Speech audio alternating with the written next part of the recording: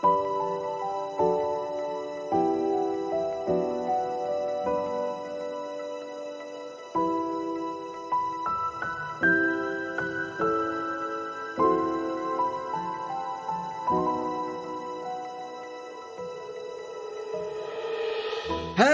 everybody, it is I, as always, Ryan, your DM for this Pokemon D&D adventure, and I'll be playing along with... Hi, I'm Katie, I play Amma. Hey, I'm Tyler, I play Gregory. And I'm Sky, and I play Charlie.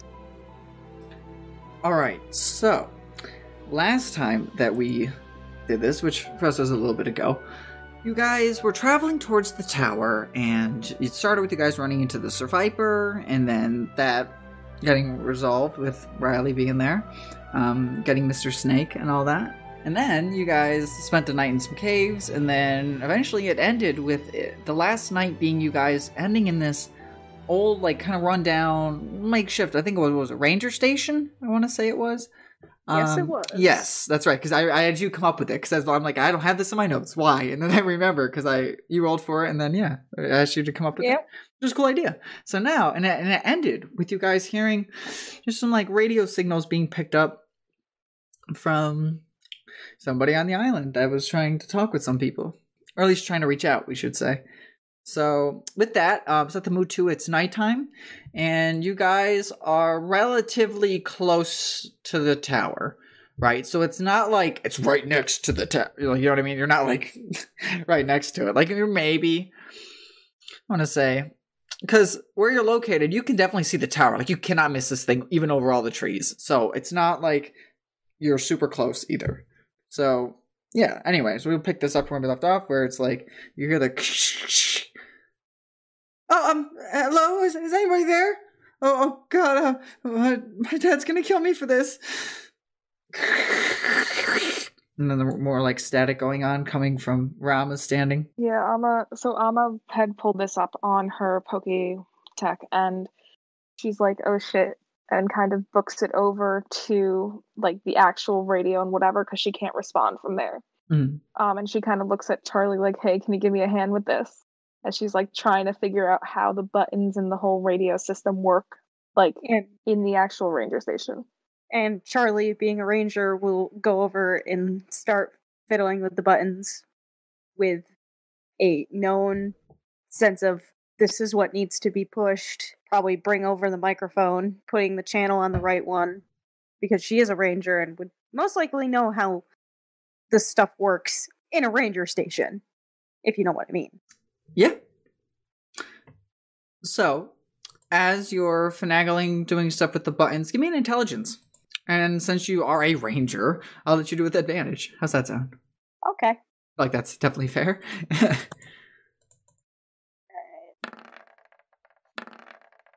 11. 11. Wow, that's shit. Okay. Well, here's what we'll do. And that's with advantage, right? So you got your 11. Yeah. So, with your 11, I'm going to say, despite you being a ranger, as you're trying to hook things up, you notice that there's a feedback kind of loop sounding, and you're kind of like, what's going on here? And as you check to see if, like, the signal's being picked up, there's no, like, bars for you to go out with.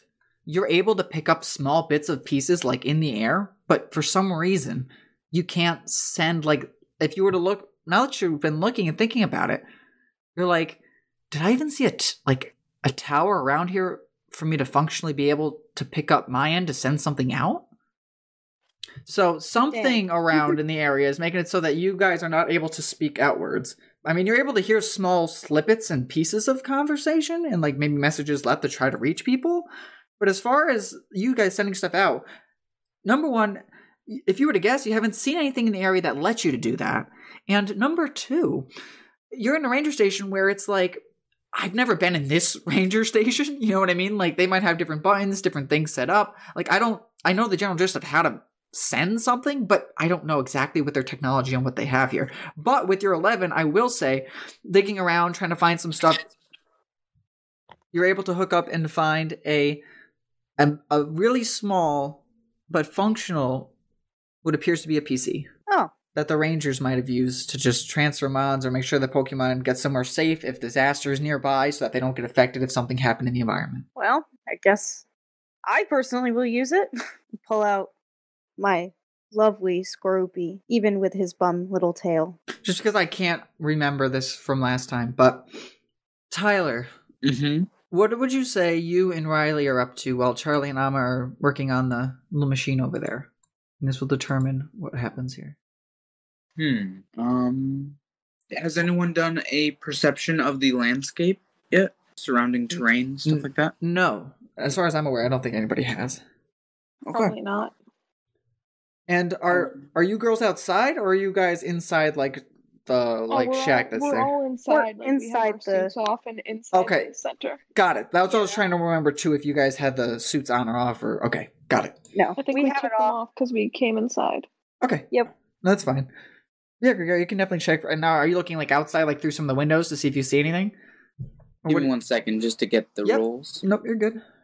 Also, for those at home, I'm trying a new, like, microphone setting on my end, so if it's sounding really bad, I apologize, but I think it should be okay. So we'll see how it goes for the rest of the night here. Am I allowed to do my egg rolls now so I can swap Pokemon, or do it in the morning and then swap? I mean, you could. With I the mean, or just PC. wait till the morning. Either one works. I mean, the Okay. PC is, like, in the house, right? So it's not True, like... so I could just use it whenever. Yeah, I'd say so. Alright. Looks like Ty rolled an 18.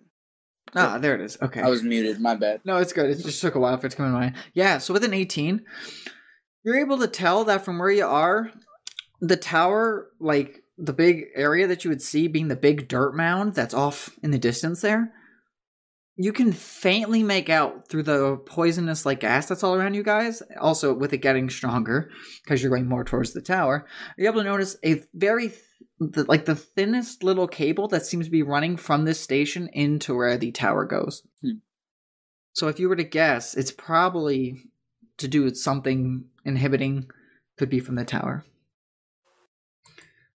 Alright, I'll kind of point out to Riley, be like, hey, you see that out in the distance there? Yeah, what is that? Seems to be some sort of tower. And I'll tell the other two. You know, they're in close proximity, so I'll say it loud enough for them to hear. Huh. Maybe that's what's messing with the signal. Feel kind of bad. Seems, what's her name again? Is worried. I don't know. Who's what's her name? The leader of the Ormian, is it Ormian Order? Her. I don't know. I don't know her, sorry. You remember that nice lady we met in the cave? She was part of Team Anchor. Oh, yeah. I couldn't hear most of what you guys were talking about, but yeah. She seemed friendly. It's her boss, essentially. Yeah. Oh. We met her, and we had to prove ourselves against her in order to get in here in the first place.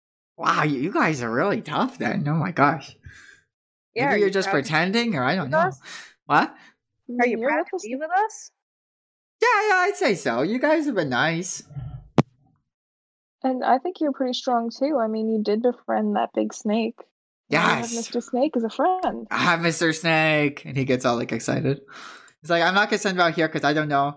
And I believe, correct me if I'm wrong, but I think you guys are like up in like a wooden kind of structure, like up in the air. If I remember correctly, as far as like instead of like a cabin low to the ground, you know?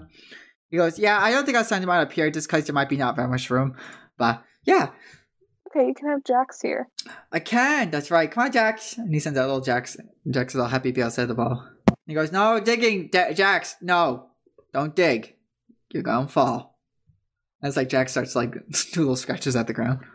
And while he's doing that, I'm also going to switch out to Tox for now instead of Bramble. That's I can. good. I'll have out my Skorupi so I can somehow like maybe tie his little tail. So like because it keeps flopping over because It goes squish. let's be honest, his tail is like completely obliterated from that goddamn tree.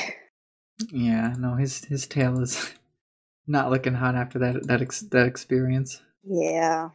Okay, Riley goes, so, I know as the lights are getting darker, should we have lights on tonight? Or what should we do? I know we're kind of near the tower, right? So, I mean, do you want to have the lights on? I know you're a big, strong 8-year-old adult. but maybe you want the light on? I don't know. I don't know. I think it's best we leave it off. I mean, we know they do Yeah. have bee drills and that sort of thing. I know they're on So the little friend They- that they Gary's might got spot us on here. bees, and they go shoo, shoo, shoo, shoo, in the sky, and oh my gosh, it's scary. so I think lights off might be best if they come out scouting for something. Yeah. Okay, is there anything else you have to talk about? Otherwise, I'm tired. Stretches. No, I'm ready to set up camp for the night, I believe. So Okay, sounds good then. Riley gets his little sleeping bag, lays that on the ground. He like pulls a little rug over and just lays on that, like in addition, instead of just like the hard wooden ground. Fair You've enough. got the right idea. Yeah, I'll pull out mine too. As he's like laying. Oh yeah, what we're gonna do? Go ahead. You're good. I was gonna say that Alma's not exactly tired yet. So she and Tox are gonna kind of go in the corner and do a little bit of like just kind of training stretches and that sort of thing to tire themselves out a bit more. So they probably hear the two like in the corner, kind of like punching the air and that sort of thing, and just getting some practice in. They're trying to be quiet though, so everyone else can sleep properly. Cool. Is everybody else getting ready for bed like normal, or are you guys doing anything special? Meaning like Gary and Charlie. Yeah. Charlie's just gonna, maybe take some string out of the sewing kit before bed and like try to attempt to like tie the tail so it doesn't like drag across the ground. Give me a sleight of hand. Because I feel so bad. This poor boyo. Oh, Net 20. Yeah, plus that's a- 4. Yeah, no, that's a 24. Yeah, I mean you're able to tie it, and it definitely is able to like stay up as you tie it to the abdomen. So now his tail's just kind of like flopped on his head, but it's but it's up instead of being down on the ground. If that's what you're going for. Yep. Also, all of these boyos in their traits now have actual like for religion, my spinnerack has -2. They actually have plus and minuses. Holy shit. Wait, what do you mean? Oh, in the skills, if you tap it. Yeah. Yeah, I think that's really cool, right? So you can see what they are and what mods they get. I think that's an awesome update that they did to fixed the it. app there. I think that's great. No, I think that's awesome. So then that way it's not like, oh, what do I give for that Pokemon to do its thing? You know, that's cool. That's really cool. I only saw the box. I didn't know that if you touch it, it does that. That's awesome. Yeah, I just like touched it. I was like, oh, because I saw like on Scroopy his is Stealth 3 and Deception 2. So I was like, what? And then I saw the minuses. And I was like, oh, I understand what that's for now. Everybody's laying there, getting ready for bed. Riley's gonna go, Gary? Yeah, as he turns over and looks at Riley. Are we gonna be okay tomorrow? Yeah. Why? What's on your mind? Well, it's just kind of like, I like traveling with you guys, and it's been really, really fun. I'm just a little scared because we're kind of going where all the ants are going, and you said we saw that there's bees and big spiders, and I don't like spiders, and so I don't know. I just hope we'll be okay. That's all. Is it going to be like what you think it's going to be like? I think it'll be like walking into a busy office of bees, and we're just gonna sneak on by, hopefully go unnoticed. Should be easy peasy. Okay. If we have to fight though, I'm ready. And he puts up like, as he rolls over, he puts up like little fists. That's what I like to hear. I mean, maybe I'll hop on Mr. Snake for protection, but we'll get there, right? It'll be okay. We got this, right? Okay. Yeah. It's good to get a good night's sleep. Yeah. We'll be okay. We'll be fine.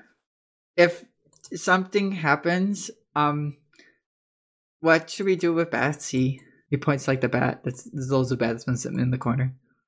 Mr. Bat. I'm not sure. It'll probably fly away. Okay. I'm not sure what you had in mind for Batsy. No, I don't know. I just know guys say he's not yours, and So I didn't know what happens or what happens with him. That's a good question for the others too. Okay, I mean we can sleep on it. It's fine. I was just curious. Don't mind me. Oh, okay. Yeah. I'm not sure. Okay, well, good night. Hopefully you sleep well. And then he rolls back over. Okay. Alright, so with that, night's gonna go by. So I'll get let's do those rolls, see how well people slept, you know? Okay, we got a 10 from Charlie, run of the mill. Good sleepins. Oh. 10 from Charlie for good sleeping. 15 from Riley, so you know he got good sleep. A 13 from Amma, so that's also just relatively good sleep, you know, pretty good average night. And then Gregory. And then there's Gregory. Gary got that wholesome 2. Gregory, what do you think maybe was keeping you up or bothering you while you were sleeping? Who'd you have out, by the way? Cubone is the first up my line there. Gotcha. So, yeah, Cubone and I were out. Maybe Gregory was thinking about what to do with Batsy. I don't know. Wasn't really sure about that before bed. So, because we kind of just picked up Batsy. It's keeping me up. That's fair.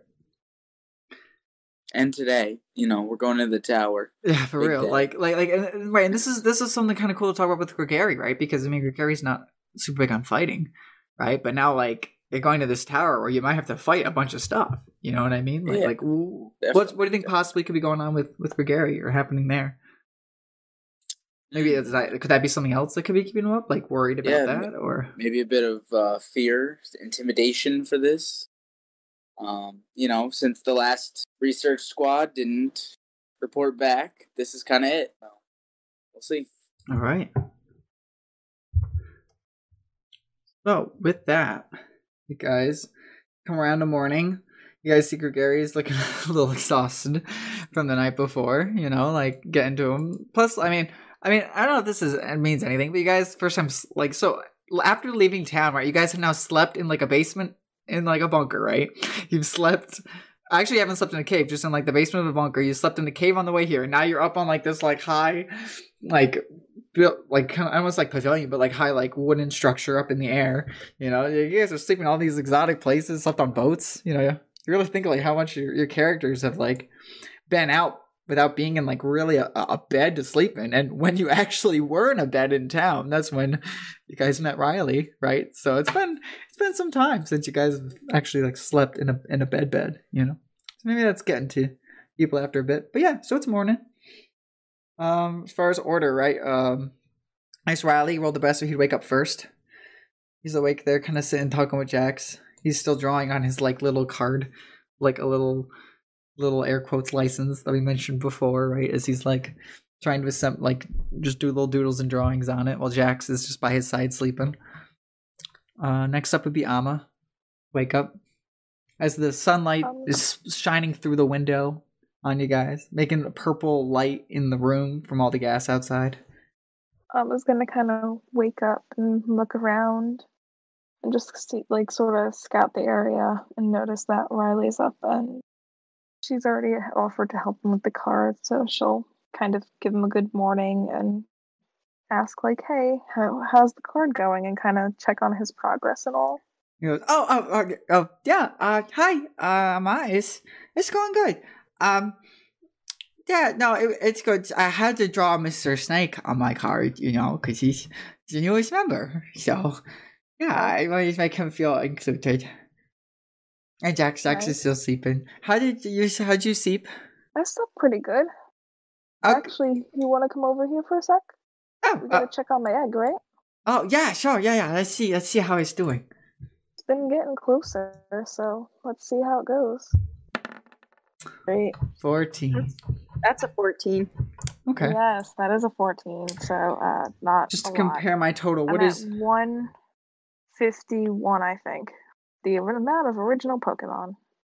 I have you as 164 right now with the 14. Oh, maybe. Brian, we've learned that you can't count though. Okay. I'll take Ryan's number. It's higher. the reason why I think I said 164 is because I think you were at that 150, 151 last time. Is that with you adding 14? I just mentally... Did I? Oh, no, I didn't add right. I added very wrong. Okay. Oh, you're good. Wow, Ryan did math right. I don't know. I'm just adding one number to one number. I'm not the math major. Shush. It's okay. I mean, believe me, I am not math. Wait, no, you're an art person. It'd be 159, I think. Well, right? Nursing 159. Yeah, that's fair. I'll say 159. Well, where we are, it's considered art. Well, for health, So I mean, my nursing one's different. Remember, I got those 2 bachelors. Anyway, I'm gonna say that doesn't get attached. No, I'd say it's probably still where it was before. Which I believe it was. What will hatch from this? It doesn't seem close to hatching, I think is what it is. No, you gave me something. Oh, was it different? Semi-close. Oh, it appears to move occasionally. It may be close to hatching. I think that might have been what it was. So. Yeah, that sounds good. Yeah, that's fine. This is so weird, the site with the quotes, because it doesn't have broken down by games. They have it broken down by like egg cycles. And like I don't really know too much about hatching eggs in the actual like game, you know. Yeah. You've never done multi-breeding in the games? I have not. Sounds fun. You mean Masuda, like Masuda or something? Oh, the Masuda method. I've heard of it. Like I know like the stuff behind it. I've never attempted myself. I ended up with like 50,000 EVs. They all went into Wonder Trade. It'd be like that. And then you made somebody else's Wonderlock more enjoyable. Look at you. Oh yeah, I had like 50,000 EVs. Amma's gonna kind of check on it. She's like, "Oh, it doesn't seem like it changed all that much from yesterday." Riley puts like his hand on his shoulder. He goes, "I hope it's okay." It looks like it's fine. I mean, it's got its little thing around it. It looks safe enough, so hope it's all right. But I don't think I'm gonna bring it into the tower. He goes, "Yeah, that's fair. Then what you want to do with that?" Well, I can put it in the PC. It'll work like any other Pokemon, I believe. So yeah, that's true. Might be better safe there. It'll be safer there. Besides, I think I will need more Pokemon to go into it and all. He looks all spiky. I have 2 spiky friends. I know. Got all the spikes on me. So we'll go over to the PC and do that now. Yeah. At least put the egg away. I'm not sure who I want to bring out. Is like debating her choices here because she does have like other poison types. But at the same time, like these Cubones they are bug type. Mm-hmm. And she has a very strong fire type. That can definitely help out in the battle, but that also risks it taking damage from the poison and everything. That's true. So she'll wait to take something out until she can consult the rest of the team. Okay. Sounds good. Oh yeah, next to Arise would definitely be Sky. Next to wake up there. Or Charlie, I should say. Charlie would wake up, immediately go for the food, start munching down, maybe giving good old Batsy a piece of her food, because we know that Batsy, she's probably hungry, might as well share. Maybe put if there's bread in it, like pull off a piece, give it to the bat. I don't know if anyone has cats that sits there and eats cheese with them, but I do. String cheese. Pull off a piece for me, a piece for you, piece for me, piece for you. I feel like I'm getting judged. I don't know. I tried to Google if bats eat bread, but I've stumbled down a string of paths I do not wish to share. I'm just Googling that. But I have found out that, I mean, obviously they eat like fruit, but they can eat like seeds and stuff too. So I guess, well, not like we're in an imaginary world with imaginary animals or anything, but I guess we can make believe that the bat can eat bread here. That's fine. That's fine. Good job for going down that Google asshole. I just thought to give me a straightforward answer. No, I just look up to Patsy Brad. Oh no, we're down in different directions here. Start with the first link. All right. Anyway, while you're eating, Gary's gonna wake up. See the group. Yeah, Gary's gonna wake up there. He'll be a little groggy. I'll say. Gary will be a little groggy on his wake up. great. Well, I mean, he's not exhausted or anything, or is he? well, not like condition exhausted, more like just situational exhaustion. Fair enough. Fair enough. I mean, you didn't roll like a 1 or lower, right? You rolled like a 2. So like you did not have a good night's sleep, but maybe you got like a couple hours as opposed to like the full. All right. Yeah, we'll see how that affects us on our way over to the tower today. Watch, you give me like disadvantage on an initiative. Every roll. No. Every roll. Be like it's because you slept bad. Yep. No, it's fine. It's fine. That would be funny. It's kind of, I mean, you're preparing to go into a dungeon, right? This is your guys' technically like first dungeon, you know? Like, yeah. Picture it almost like, I want to say like equivalent to directly the games and say it's like the first gym, but that's kind of what this is, right? First big important thing for you guys. All right, so you guys all get ready to go. Riley says, "Okay, guys, I was thinking about it. It's gonna be scary in there. So, is everybody still gonna be okay with going?" Yes, I'm we ready. have to. Yeah, I know. I know we need to. It's just, and we have Mr. Snake, and Mr. Snake was good at fighting those things we saw. And I know Gregary's got some good guys. Heck, Gregary, you got one of those little ant guys on our side. Like, we got the in, you know? Yeah, does that hold up little Cubone? It goes, ah! Like a little dinosaur. but yeah, I know I'm all set. I'm gonna get my suit on. Here, what do you guys think I should bring? I put the egg in the box right now because it's not really gonna help us much when we're in there. So, I was thinking, I mean, we are going into what seems to be a big bug nest. Do you think it'd be better to bring maybe Venipede or Larvesta? So I'm thinking Larvesta maybe. I mean, it seems pretty strong. It's a fire type, so I feel like it'd help us in the battle more. Probably. I just feel Not sure. bad letting it stay out in the poison. I mean, I do have stuff to heal it, but yeah. We also do have those blast seeds, right? They kind of substitute in as fire attacks too. Yes, we each have a bag. Yeah. So I can't remember. maybe not. Yeah. I can't remember if Riley got them or not. I think I don't Tashika. think Riley did. I think it was just us. I don't know if we should have trusted the child with blast seeds, so I don't think he did. I don't know, because I know it was like the red lady. I think she gave them to you guys, right? I honestly can't remember if she gave them to him or not. True. At least I'm 95% sure the red lady gave them to you guys. I just don't remember if she gave it to everybody or just, yeah. Anyway. I do have in my notes that the red woman gives everyone three blast seeds, but I don't remember if everyone is everyone. You know what I mean? It's alright. Okay, so... You know what? I think Larvesta can hold out for the battle. And it does seem like a really interesting Pokemon, so I'll give it a shot. So I'll add Larvesta to my team as the last Pokemon. It doesn't have a name, though. Alright, so, team lineups then. Ama, who we got? We have Larvesta, we have Tox the Krogunk, and we have Bramble the Ferrosteed. Okay, sounds good. What is everybody else bringing? Just so I can share with everybody and everyone here. You're asking for a party? Yep, party from everybody and what you guys are going with. Yep, that's Cubone, Bronzor, and Dynamite will be with Gregory. Right. And then, Charlie, what do you got? I got my trash bag, which is Trubbish, my Spinnerack, and my Skorupi. Alright, I got trash bag, Skorupi. I'm sorry, what was the other one? My Spinnerack? Spinnerack. Okay, I didn't know if it's Nidoran or Spinnerack or what. No, it's my Spinnerack. Okay. I love my Nidoran, but Spinnerack.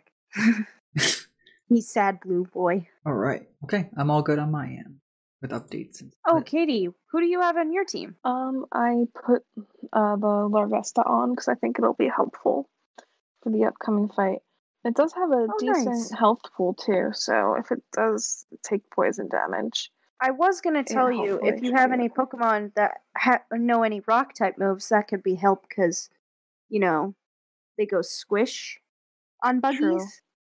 Yeah, Venipede does know rollout, but I decided I'm going to bring the Larvesta along instead. Make them go kaboom. Larvesta doesn't explode. What? But it sets fire. Yes, it does set fire to things. Fire like ice knife. It's got It's got fucking ice knife. Oof, Well, God.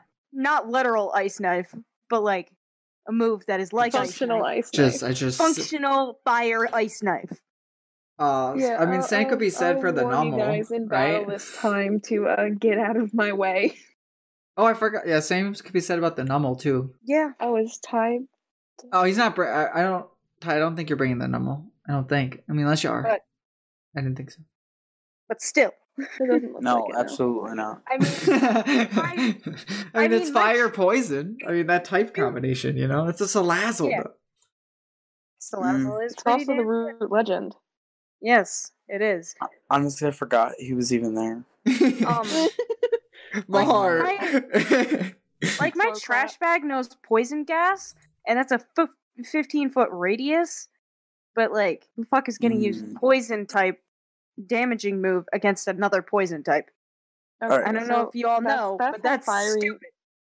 That's fiery dance, though.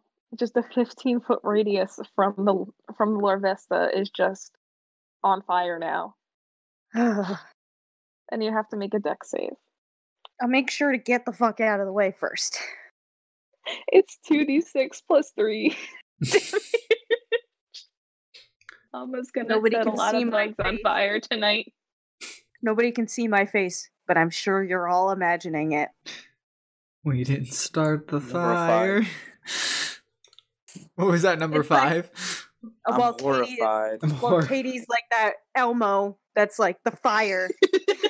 And then I'm the dog sitting at the Yes. on the chair that goes, "This is fine." This is fine. This is fine. That's good. This is fine. This is fine. We've got Elmo burning down hell, the dog sitting on a chair surrounded by fire. What are you, Tyler? Yeah, what are you, punk? Huh? Yeah. Uh-huh. That's it. The flaming ammo. Yep. The flaming Elmo.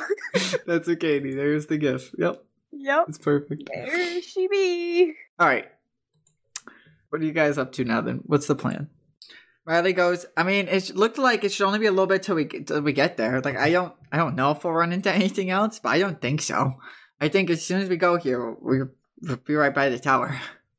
Yeah, so we should just set up pick up our beds and make sure we're all set. I know I'll have Cubone out just in case we run into any of the bugs. Maybe he can help us. Alright. Sounds good. No. No? Just fiery memes that I never just sent in chat. God. What? Ryan, Oh, What? there's in the memes? chat. Yeah, people have been sending memes in the chat. Yo, I love that Elmo one. I've seen that before. That's Katie with Larvesta. I'm holding up the Larvesta. And then the sky's the dog one. Okay, then I added you. Liquid Taco Bell. It's just straight fire Oh, this is gonna coming have out to of be this cut. man. I know. That's just the man. fireball I drink. Coming out, right? Yeah. In one way, that's it, coming out. I mean, it is cinnamon. Exactly. Oh god, no, I know. Riley's the little kid looking at the camera. That's the home's burning in the background. Right?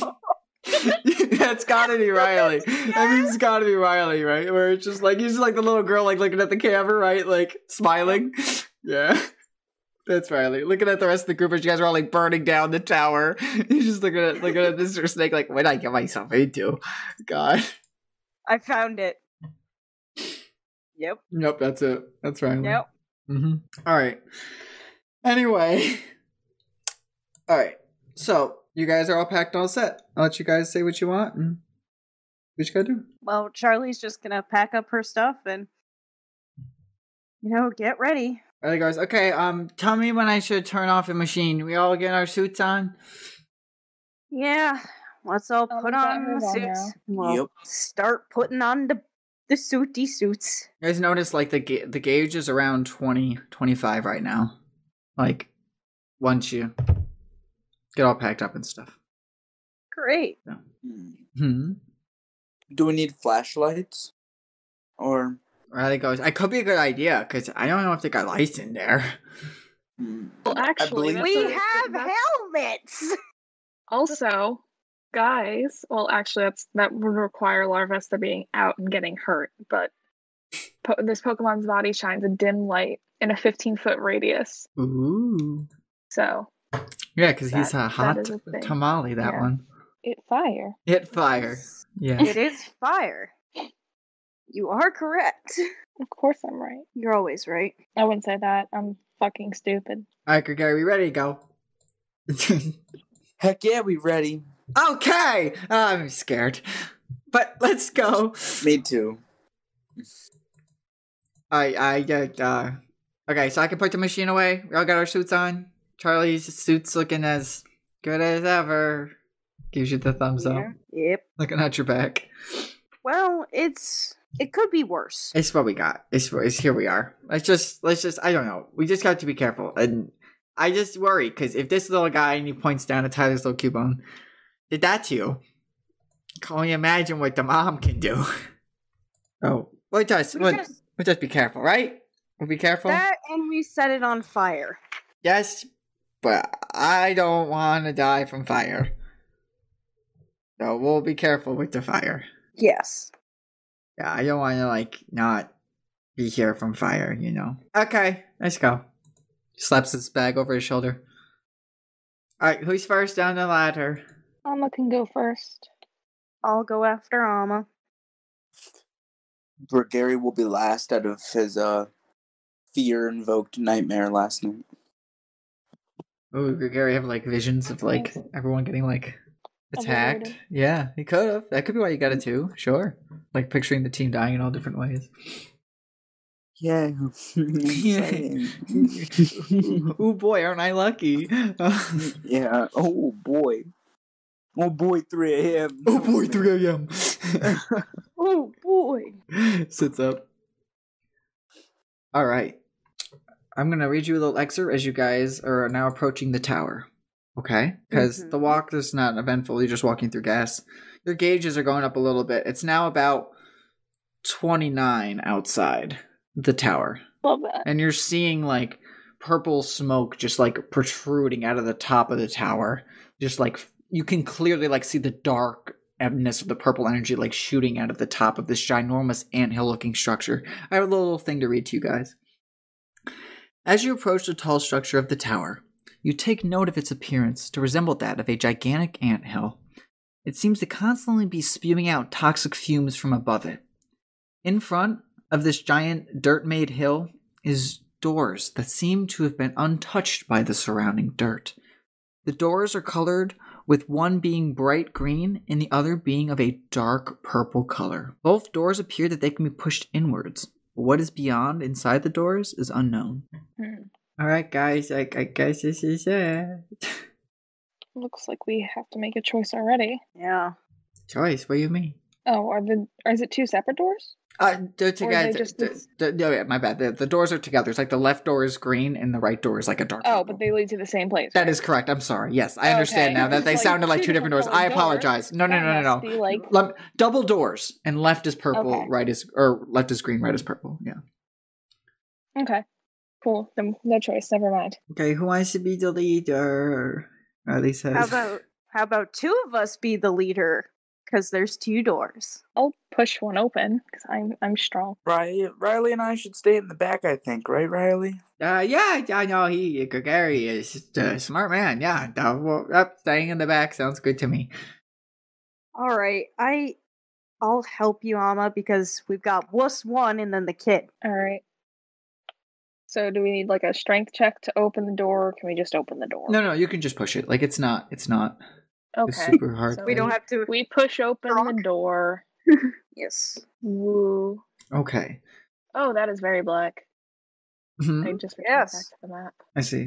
I've been making a nice thumbnail for the episode. Oh, for this one? Am I just redrawing Elmo Alma? Yes. Oh. Yes, I am. I like that. I can definitely put in the description if it stays in the podcast, sure. That's it. The episode is called Elmo Alma, and there is no explanation. She just goes through, burns the entire tower. Well, that was a good 15 minutes of hours that DM planned. I realize it's just Alma commits arson.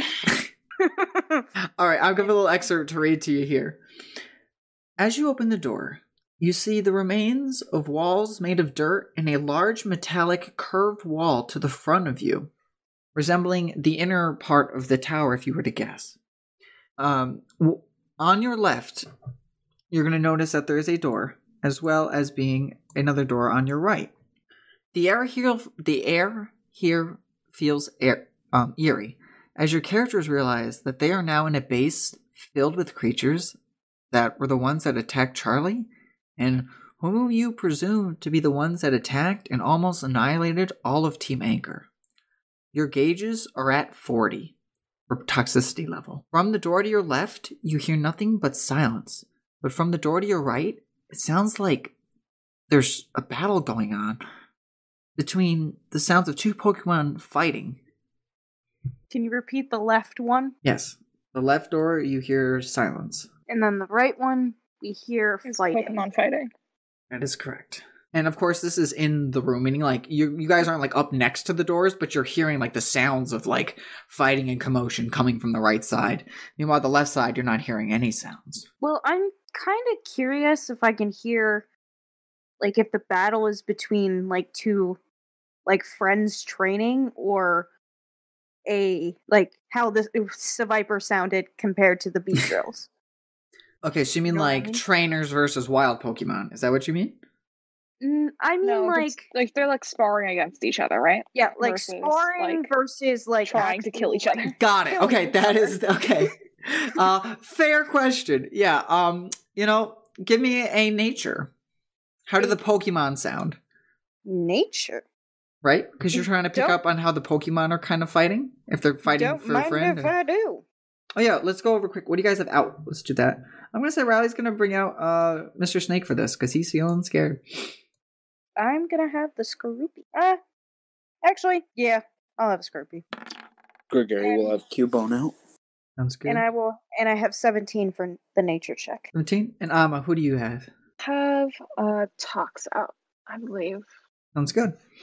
Yeah, with the 17, okay. You can tell that from the right side, there's some, like, intense fighting going on, but it does sound like sparring. Okay.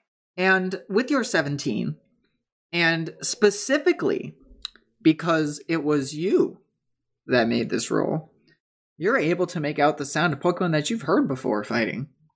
Because it's a Pokemon that you have. What Pokemon are they? You hear, Weech! Weech! Weech! Weech!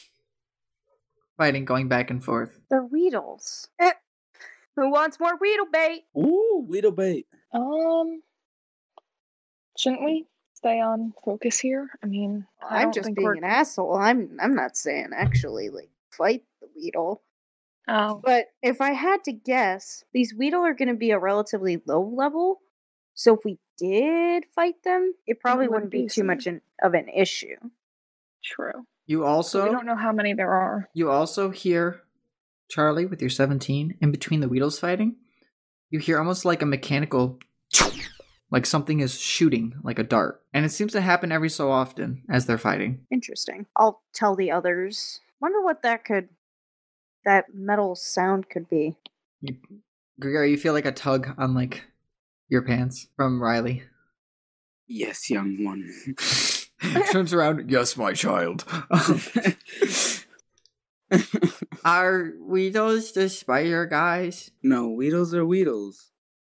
Oh, they're for thanks. fishing. That helped a lot.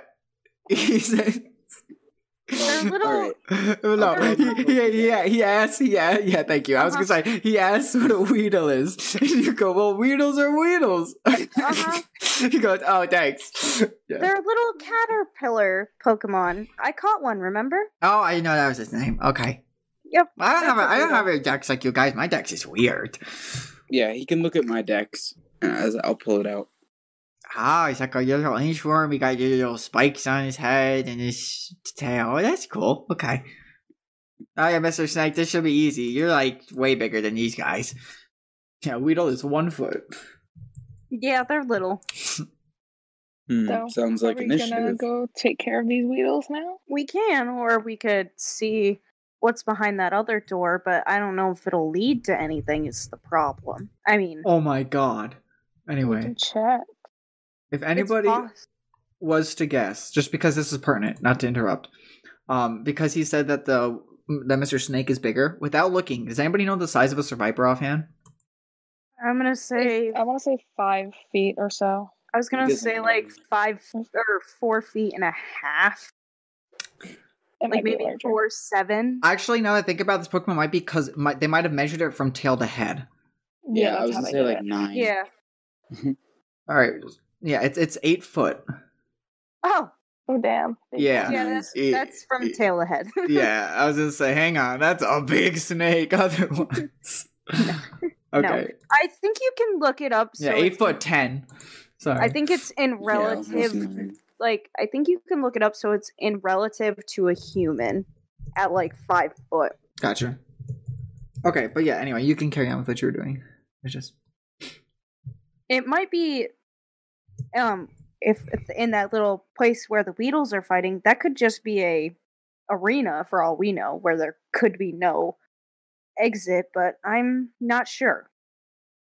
But at least there's signs of life there. For reference, too, you guys can tell that obviously the ceiling is not like the tallest. So if you were to guess, this level you're on is probably not the only level in this tower. For reference, like just for like ceiling height perspective. So there's probably more levels than just this. It's something just you guys would have been able to pick up from just entering. So what's the plan? What are we doing? Are we gonna go take out the Weedles? I mean, we can, but it'll tire out our Pokemon. I mean, we haven't even like looked at the other door yet or anything. Exactly. That's a good Maybe point. we should check out that other door first and see if it leads somewhere. I'm with it. Do we want to possibly... Is there handles on the door? Okay. For perspective, the door to your right with the Weedles or the door to the left? The door with the Weedles. The door with the Weedles, you can see that there is not handles. It is a push-open door, just like the one you came into. Okay, so I can't have Spinnerack, like, web them in, because that was an idea I had. I will notice, from afar, the door to the left looks different than the door to the right. Agrees with Amma in that we should check out the other door. Besides, especially if we have to go that way, it doesn't make sense to web the door shut now. Well, if no one wants to investigate the other door on the left, I suppose I will. Sounds good. Let's see. You want to give me... I mean, I guess you can give me an investigation if you want. Otherwise, I can just tell you. I guess it doesn't matter. This is pretty passive. I'm not going to have you roll for it. This is fine. Now they're great. Yeah. So the door that you're at the left side, it appears that where it's like an outline of a door, but there's nothing to push. You know what I mean? Like the door to the right, you can clearly see that there's doors here in between these walls that are here. But to the left, it's almost like there's an outline of where a door would be, but it's on the metal wall. There's 2 small maybe divots is the right word? Divots that are put into the wall that looks like something could go in there. But otherwise, you don't see any other way to actually push or move this door because it's the wall with an outline of a door. Well, Gregory kind of presses up against the door to get a better look at the holes, maybe see if there's any shapes or if it's just too symmetrical. Yeah, so they're not symmetrical. That's actually amazing to ask. They are very jagged, almost something not spherical, but almost rocky and jagged could fit in there to open them. It appears that you need 2, and they both seem to be different textures and designs on them. Okay.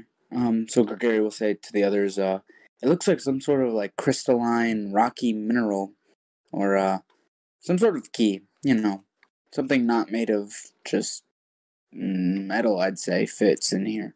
But we'll have to find it if we hope to get through. There's 2 of them. So that means we can't head this way yet, right? Seems like we gotta go for the Weedles. All right. So who's going in first? We could go by initiative. True, if we go and do that, we'll get a jump on them. Yeah. That might be not a bad idea. Going guns blazing. That's always a great idea. Well, it ain't gonna be me. Gregory got a 12 for his initiative. All right. Well, your initiative idea sounds good. I don't think, honestly, Riley would go first. Even though he rolled an 18. think just because he's kind of scared. Just pass or whatever. Yeah, I'll say Riley, despite having an 18, would probably pass and give it to the next person. But if a fight endures, he will be first to react. First we'll in the say. initiative Yeah, order. that sounds good. So that means it's up to Gary to open the door. Gary got 12. Gary got 12, Charlie got 8, and Amma got 9. I was at home. And meanwhile, Riley rolls like an 18. Okay, Riley. Okay. Well, Popping off. knowing that there are enemies most likely lying in wait on the other side, let's see if I can open it with a sleight of hand to be quiet before running. Sure. 17. Yeah, you're able to like push it open and like peek inside. And I'm gonna tell you, there's no lock or anything, so there is no lock on this. No, it's just a push open door. Sweet. So I'm gonna draw what I think I'm gonna show you what I think your character could see for now. I mean, okay. There is lights in this area, in this room, by the way, too. So I'll say that right now. So I'm just gonna show you the whole room. I think is probably the best play. And I'm gonna read you a little description of what you see here. As Gregory looks into the room, as he's peeking and opening up the door, right, with your sleight of hand check to successfully pass with the 17, by the way, for those at home, you notice as you look in here, there seems to be what almost looks like a little mini Pokemon arena set up. And going right now in the arena seems to be these two Weedles that are going at each other. And in the two diagonal corners of this arena setup is these little metal contraptions that have two of the little green Cubones sitting at them, pushing buttons, shooting like mock poison stings at the Weedles across from them to try to like show them how to attack and where to hit the weak spots on each other and things like that. It almost seems like that these Weedles are, I don't want to say like fighting to see who's better, but it almost seems like that these Cubones are trying to train these Weedles faster than they normally would do out in the wild. And you notice that besides the two that are going at it in the arena, there's one further back in the back of the room, and then two up close to you guys. Now, Gregory, you did roll a 17, which is really high and really good for your sleight of hand check to quietly open the door.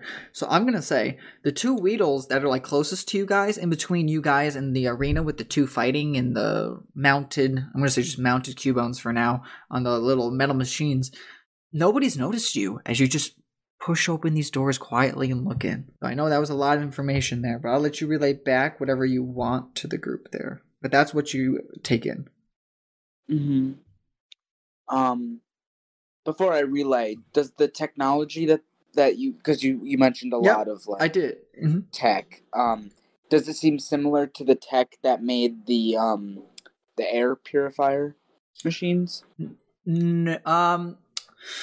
It seems metallic, almost like that those were there in this tower already. So you could tell like on the outside that these Cubones maybe have added the dirt to this structure, but as far as these machines in here, they seem like that these were here already, if that helps. So it's not like that they, and I see where you're going with your idea with the other ones. It's like that these were already came with part of the tower before these creatures came to it, is what it looks like. Like they look almost old and rusted to an extent. Okay, too. A good discrepancy. Okay. Yeah, great question. Yeah, I'll kind of whisper back. It looks like they're just sort of like training rapidly, so no one seems to be noticing us. But be very quiet. Maybe we can just get around. Does it look like there's a clear path ahead any sort of way? Yeah, I'm going to say there's really just in the middle of this curved part of the building here that goes on from what you can see. You don't really see both of the Cubones are diagonal each other on these metal, machines shooting at the Weedles that are fighting in the middle. But, here's the thing. They're both diagonal, right? So you could get the jump on the Weedles and the Cubone that don't see you yet on your end. But as far as from what you can tell, even if you walk out there, the Cubone that's diagonally shooting at the other Weedle is probably going to see you guys come through those double doors. So as far as a sneaky way around, there does not appear to be one that you can tell. Then, yeah.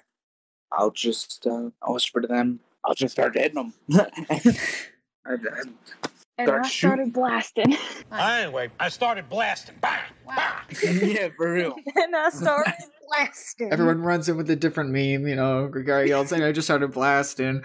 You know, Riley comes in, call an ambulance, but not for me, as Sir Viper's like cutting apart people. You know, just one of those meme nights. Call an ambulance, but not for me. It's like Sir Viper just swallows a whole Weedle, you know, like no chewing, just full on. This whole episode is a giant ass meme. It is. It's great. Isn't it always? That's a good point. This feels like it's extra meme. Our beautiful title card for this episode. Oh God, here's the thing, Katie. If we don't use it for the episode, you can bet I'll go in the description so people can see it and enjoy. See this chaos. All right. So what's the haps? What do you want to tell the group? What do you want to have happen? Because you know everything right now. Yeah. Then the plan for the group is to run in and start blasting. I'm thinking I'm gonna have Cubone dig in underground, underneath them. Get the drop on him. Get the drop on him. You know how it is. You know. Oh, you know. But yeah, that's my move plan. Are we going right into it, or are we just planning right now? I mean, we should definitely get a sneak attack on them, so... I mean, ranged attacks, I guess? I mean, I can do one myself. I have ranged. We all just get like... There. We all clump in a spot and just start blasting. Yeah, kind of. Okay. I say, fuck it, let's do it. Cool. I'm with it. Show no weakness around the child, otherwise he'll be scared. Then Gregory will tell Cubone to start using dig. Cubone proceeds to start to dig underground. Come on, dice. Yeah, that was horrible. What were you rolling for? For the dig. Okay. Isn't dig a 2-turn move? Still has to roll. Alright. Okay, so for clarity, right? Let me just see. So who are you having? So you are right now on what side of the door? I would assume with the group, or are you inside the other room or at this point? Oh, like just for like layout wise and let people know what's going on. And... yeah, you don't have to make a roll yet, so that 5 won't count for anything.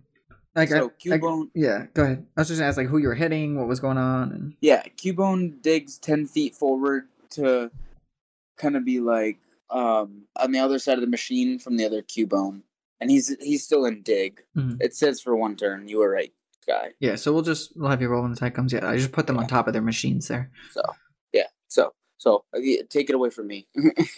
I've taken too long. Take it away. Sounds good. Lost your privilege. Okay. So he's underground. Am I keeping the same initiatives you guys rolled earlier? Is that? That's fine. I think so. Okay. Sure. Okay. That'll just make it easier. So Amma then. No, Riley. Okay, Riley. Right, because Riley rolled higher. That's fair. Riley goes. Okay, so I'm just gonna go in, Gregory. Who should I go for? What should I do? Are we going for the Weedles too? Or are we just going for the Cubones? What are we doing? Take them all out. Yeah, millywop them all. Take no prisoners? No. No prisoners. Take them all out. Oh, yeah. Great idea, guys. It'd be great. We'll just have a kid wander in here. Just have a big snake just fly over the back of me. And just go and attack a worm. Sounds like a good play. Okay. You can do it. Yeah, that's good. Okay. Come on, Mr. Snake. And he's gonna go like, okay, Mr. Snake, here's the plan. Okay, you got it? Okay, good. The survivor nods. He goes, survive. He moves up the door and he walks in and he goes, hey guys, how's it going? Oh, you guys doing something here? And the Cubones both like stop shooting and they just turn to spin their like machines around, look at him, and he goes, whoa, those are something. Whoa, these are big machines you got there. Wow. Here's the thing, guys. I didn't know you guys were out here. I was just traveling. I know I got my little suit on. Ooh, just like a little dance move or whatever. Anyway, so I'm just gonna go by you guys. If that's okay. And you see like one of the Cubones on like the machine kind of like hops off and like waddles over to him. He's like then goes like bone, and he like shakes his finger like no, you can't go by us. And he goes like, what do you mean? It's okay. The Cubone just goes like shakes his head violently like bone, and like starts to like slowly like push the kid out like you're a child. I don't know why you're here. Just start to go and is this kid trying to persuade to go further in? That's what the kid's trying to do. Oh my lord. And so the Cubone's gonna go like start to push him, and the kid goes, or Riley goes, the kid. How about this? And he sits down with the Cubone, and the Cubone's like surprised, like what is going on? And Riley goes, so my little friend, the little green little guy, you're cute. I'm gonna call you Jerry. And the Cubone kind of looks at him like, what is this, Jerry? I don't know what you're saying. And he goes, anyway, Jerry. So here's the thing. Be real with me. What's going on here? The Cubone's like fed up. He's like getting so like pissed at this. The other Cubone hops off the little machine and starts to walk his way. And Riley goes, no, it's okay. Listen. I can tell you're angry. But here's the thing. And he steps back towards the door and he goes, I just leave. It's okay. I'll just, if you really don't want me here, it's fine. The Cubone hops back on the machine and shoots like a little poison sting towards Riley, like clearly missing him just to like threaten him because it's a kid. The Cubones here don't seem to care too much that it's a kid. Like they understand it's a kid, but they don't want to like hurt him. Like they don't have any interest really in him. And he goes, okay. That's scary. I'm just gonna go. Okay. Bye. As he opens up the door. Mr. Snake that's waiting directly behind the door, like Riley pulls the door open, because remember it's a push door, right? So Riley pulls the door open, and Mr. Snake leaps over the top of Riley and is going to attack with advantage on the Cubone that's waiting right behind him. Huh. Smart kid. Alright, let's see this here. It's going to take a -5 penalty to its attack roll, but it's going to do its thing here. So, yeah, this is going to try to bite right on the Cubone there. Gets an advantage. Let's see. Maybe it'll hit. We'll see. 14. Yeah, that's going to hit the Cubone. Okay. Roll for damage here. Let me see. Sorry, I'm filling up the... Okay. Alright. Normally attack deals 2d8 plus 3. But remember, from like last time, right? He has melee master. So really it's plus 13. For whopping 26 damage. Holy shit. Yeah, so Riley like pulls open the door and he goes like, Steve, it's been fun, but you're not being very nice. Oh no, Jerry, right? You called him Jerry. It's like, but Jerry, listen, you've not been nice. You've not been nice to me, and I've just been trying to be nice with you. I'm really sorry. The Cubone looks confused and I'm like, sorry. And he opens his door and this gigantic, like looking snake that's 7 feet taller than this Cubone like springs itself over Riley and opens its mouth agape and just bites right into the full Cubone and throws it to the side of the room as it's unconscious. And just like seeping like blood out of its like stomach from where it got bit. Alma? Oh, shit. That was quick. Alright. Riley's now basically like back in the room with you guys Alma's gonna kinda scooch toward the door, not come in, and she's gonna send Toxin. And so we have we just have Weedles in our range right now because the other one's like far away, right? The Cubone? Yes. Okay, so we'll use an Astonish on that the closest Weedle, I guess. Sure. Yeah, Weedle on the left and Weedle on the right, we'll say. Never mind. I need a D100. That's a not fail. Spin the wheel of misfortune. Watch as I get a really high number on this. This could have been my egg roll. 65. Yeah. Love that. Alright, so for the Weedle that you're hitting, it may reroll all 1s and 2s on the damage roll for their next successful melee attack on you. It's called Costly Mistake. As you go in there yelling and screaming, you're astonished, like, like coming in yelling. And the Weedle just kind of turns its head at you and is like, what? But now it's like looking at you like, alright, my training. Gotta be ready. This frog came at me. Alright. After Amma, we'll have Charlie go, and then I'll have everyone I'll then have all the Weedles and the Cubone that's left roll for initiative and all that, and I'll add them in. And Alright, I'll stand in like the doorway. Send Skorupi in there, tell him to bite the Weedle. 20. That'll hit. 30, 20. Awesome. 17 plus 3. Awesome. 9. Okay. Yeah, no, that's a good hard bite. Bites right on me. He's like, "Bee!" He like gets bit. Alright. Gonna have the Cubone roll. Hitch initiative. Well, that should not be a +1. That should be nothing. It should be 0. I misread the wrong strat. So he's got a 2. We'll go at the end next time. And then the Weedles. I'm just gonna have them go as a unit just because there's just that many. There's 4 of them. 5. But yes. That's 4? Oh, there's one up there. Yeah, like, on the what? other side, cheering on the other side. 18 for the Weedles. Alright, so I guess Weedles will go first. Alright. So we'll have all the Weedles go. Well, Weedle has a walking speed of 20 feet because it's just inchworm. Yeah, so definitely the Weedle that's far away won't be able to make it towards you guys, but the 2 that are in the arena are gonna like turn their head seeing you guys and they're gonna start coming towards you. Alright, so for reference, are the doors open? Or are they closed for you guys? Would Charlie have closed them? Yes. Okay. So beyond this door, you guys don't really know what's going to happen, but I'm going to narrate it for like the audience. Like, we're going to pretend that we're on the other side of the door for now. Okay? As all the Weedles go at it. First Weedle on the left is just going to try to roll, see if it shoots a poison sting at Tox. 30, 20.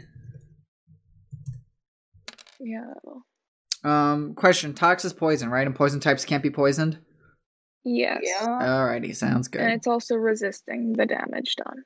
Alright, so instead of 3, you only take 1, right? Okay. Okay.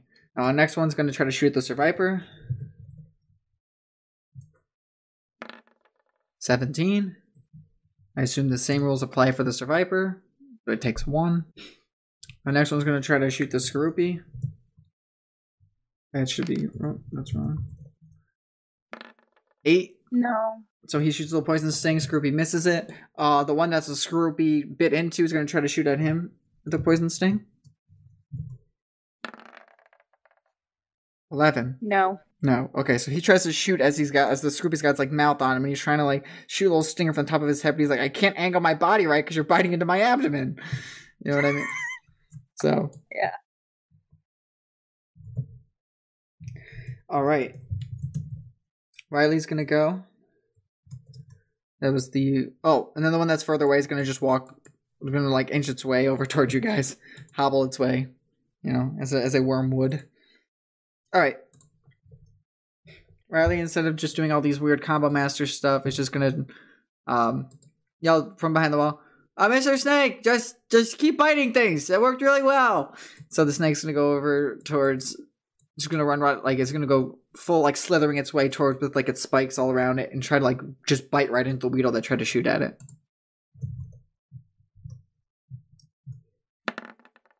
13. 13's gonna hit. 11. Dark damage. Alright.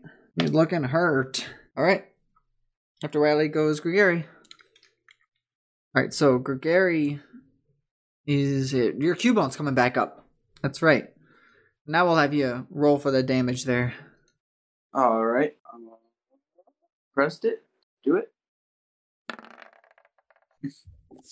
11.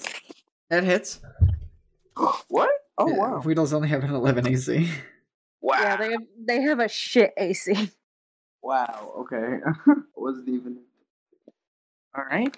So that's Ooh. 13 ground damage. All right. That one's looking really, really hurt. This double-bladed Cubone just comes out of the ground, shifting the sand, and just like bashes into the Weedle from underneath and sends it flying up in the air and just like slams down on the ground for 13 damage from the dig. All right, Amma. And it gives advantage. All right. I'm gonna. Oh, he knocks it prone. Hmm? Wait, what were you saying, Ty? He gets advantage? Oh yeah, I do it with advantage. I just read the end of dig. Oh wow, that's actually really cool. I didn't know that. Yeah, Anyway. Nice weed. Does he have to re-roll that 20 to see if it might crit? No, I'm fine. It'll be for next time. Go ahead. All right, sounds good. Hmm. Mama, what you got there? Well, we're gonna try the Astonish again and see if we get a better result this time. Are you fucking serious? Roll the Ah. wheel of misfortune. Again? Bruh. Rogunk's going What through. the hell is Tox is going through it. God. I hate that. That is a Google Doc presentation. We're not sending you guys my Google Doc thing. Let me Roll the wheel of misfortune. The fumble table. love this. 94. Holy shit. Oh, God. That could have been your egg thing. I know. All right. And do it me wasn't. well, maybe it's not a favor, but how much damage is Astonish? Astonish is 1d6 plus 1. You can roll that for me. Oh boy. I'll just manually add the 1. Motherfucker. 7. I rolled a 6. And it's ghost. So 7 damage. It's ghost damage, right? Yes. Actually, yeah, that's gonna. Ow. All right. As you're yelling and screaming here, you see that the Weedle.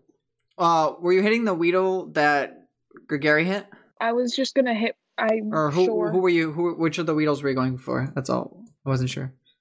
Whatever one is closest to Tox, probably. Okay, then that would probably be the one that Gregory came up on. Mm-hmm. Yeah, so as the Weedle falls to the ground and comes to its senses and Tox, he sees Tox take a big breath in like he's about to just start yelling again. The Weedle shoots a poison sting up in the air and a bunch of rocks fall, and as Tox is yelling, the sound waves from Tox's attacks can get deflected back off these rocks, and Tox is gonna take 7 ghost from the Astonish. Big oof. Is he going wonderfully? Is he weak to ghost? No. Oh, he's not Actually, vulnerable? wait. I'm a fighting type. Isn't he immune because he's fighting type? No. Ghost moves hit fighting type. Is normal. They don't hit normal though. Yeah. Yeah, but fighting I just types can't hit a don't ghost. Yeah. No, so I just take. That's big oof. Yeah. The fucking 1 and then a 6. Ow. Yep. Just my luck. Well, I believe it is my turn. Yes, it is. We are going to bite again. No. 10 is just shy. Alright. So, the Cubone that's on the back machine there, you're just going to hear the metal contraption turn, as it's and lining up its sights on somebody. It's just going to shoot at the Survivor, seeing how the Survivor literally just one-shot its buddy. So it's going to shoot from the machine. Oh, that's supposed to be +4 for a 15. Yeah, the 15's going to hit. Good news is that this is only poison damage, so it'll be halved. 9, we're just going to half it to 4 on the Survivor as it takes this this picture a poison harpoon, like a barbed, instead of a normal little shot, it's a poison sting. So a poison harpoon being shot where it's an anchor looking spike just flying and just bashes into the side of the Survivor for 4 damage. All right. So that was the Cubone. Next is going to be the Weedles. Poison sting on Cubone. 21. So, Gregory, your Cubone's gonna take 1 poison. Wait, we said Cubones were bug poison, correct? I'm fairly sure that's what we said. Yeah, I believe so. Okay. I resist poison. Yep, then yeah. Sounds good. Alright. So you'll take 1 there. Next one's gonna try to hit the Survivor. That one's gonna miss. Next one's gonna try to shoot at the Skorupi. 16. Skorupi is gonna take 1 shot of poison as the little poison unit goes flying, just grazes a little scraped little knee on his little scorpion legs. Last Weedle that the Skorupi was biting into last turn is gonna try to shoot at him. A nat 20. Skorupi's gonna take 8, which halves to 4 poison from that poison sting as he like lines right up right between Scroopy's eyes and just shoots it because he's mad. He's like, you bit me earlier, now I'm just gonna shoot you with this poison sting. And then the last one finally hobbles on over, and after seeing all the carnage that the snake's been doing, he's gonna just try to take a shot at the snake. 20 on the Sir Viper. Viper's gonna take 1 poison damage from the poison needle shot. Alright, we are done with the Weedles. Alright, Riley's gonna go. Mr. Snake's gonna just try to continue his biting carnage that he's been doing. Oh yeah, 24. Yeah, he's just gonna straight up he's gonna just bite right into the Weedle that he's been fighting, and you're just gonna see its like sides of it, like its little feet are just gonna like shoot out of the bottom of it as it just knocks unconscious as the snake just throws it to the side. Continuing its carnage in this little arena here. Riley goes, should we go in there, guys, or what should we do? Or are we just staying here? I mean, it sounds like a couple of them are gone now, so it might be okay. I mean, I can go. They only really kind of know about me, I guess. That's a good point. I mean, Yeah, I won't mind going in with you. Okay, then I guess we'll just go right on in then. Sounds good. Okay. Let's open the door and he goes, oh, wow, look at them go. You guys gotta see this. And he, like, opens the door and walks on in. Yeah, you guys just see, like, your mons are just, like, whopping them. Like, there's already a dead there's the dead Cubone, there's the dead Weedle. There's still the Cubone on the far little machine shooting at you guys, but he's just, you know, he's there. Alright, so that was Riley's turn. I believe Gary's next. Is it next rotation? Yes. Okay. So Riley and Charlie are in the room. I probably can't yell through the door, so I have to walk through as well, so that I can give Cubone a command. Sounds good. So once I emerge on the other side, I'll yell out to the Cubone, use cross poison on the Weedle in front of you. Do this to show the ones that are hurt.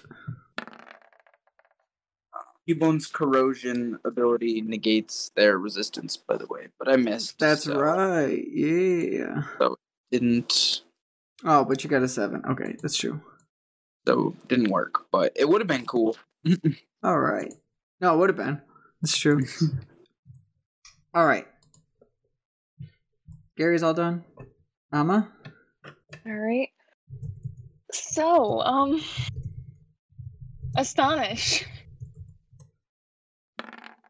Hey! 17, dirty 20. Take it. Not double that one. Flinchy too, right? I don't know what you just said. She's asking if you would flinch it with your attack. I would just roll for damage, because you probably will just kill it. Yeah, natural 15 or higher. I guess, yeah, unless I go for one of the other ones. But. Or you don't kill it. Don't kill it. Not with Jesus a Christ. 2, I'm sorry. But it's flinched. Okay, well. Oh well. This thing is like so close to Yeah. I'm just going great, guys. Yeah. Alright. Well, it's up to me. I'm gonna bite again. 13. Oh yeah, that hits. Their AC is 11. Yeah. Oh yeah. 10! Yeah, I'm gonna let you describe how you... Alright, so Scroopy, with his tail tied onto his head, just bites down on this Weedle and makes it go bye-bye. Perfect. Alright. Cubone Man and the poison sting harpoon there. I'm gonna try to shoot at Mr. Snake again. 7. He shoots and just like misses Mr. Snake, and then you guys see like this like poisonous barbed like thing go flying past Mr. Snake, and just it flies right between Gregory and Riley and just like hits into the doors. That ain't good. So a mini shake, just you guys feel like the minute room just starts like mini shake as he hits that. Alright, those are the Cubones. Alright, one of the Weedles flinches from like being yelled at in its ear. It's like all concussed and stunned. Next one's gonna try to shoot a little sting at the Mr. Snake. For a 4. Mr. Snake just like circles around the shot, like trying to do a little cool spiral around it. Next Weedle's gonna try to shoot again at the Mr. Snake. 21. 1. Mr. Snake just gets grazed by this little poison. Like, he's in his prime. Like, he's loving it. He's like, oh my gosh, these things are just tickling me compared to what I've been fighting here.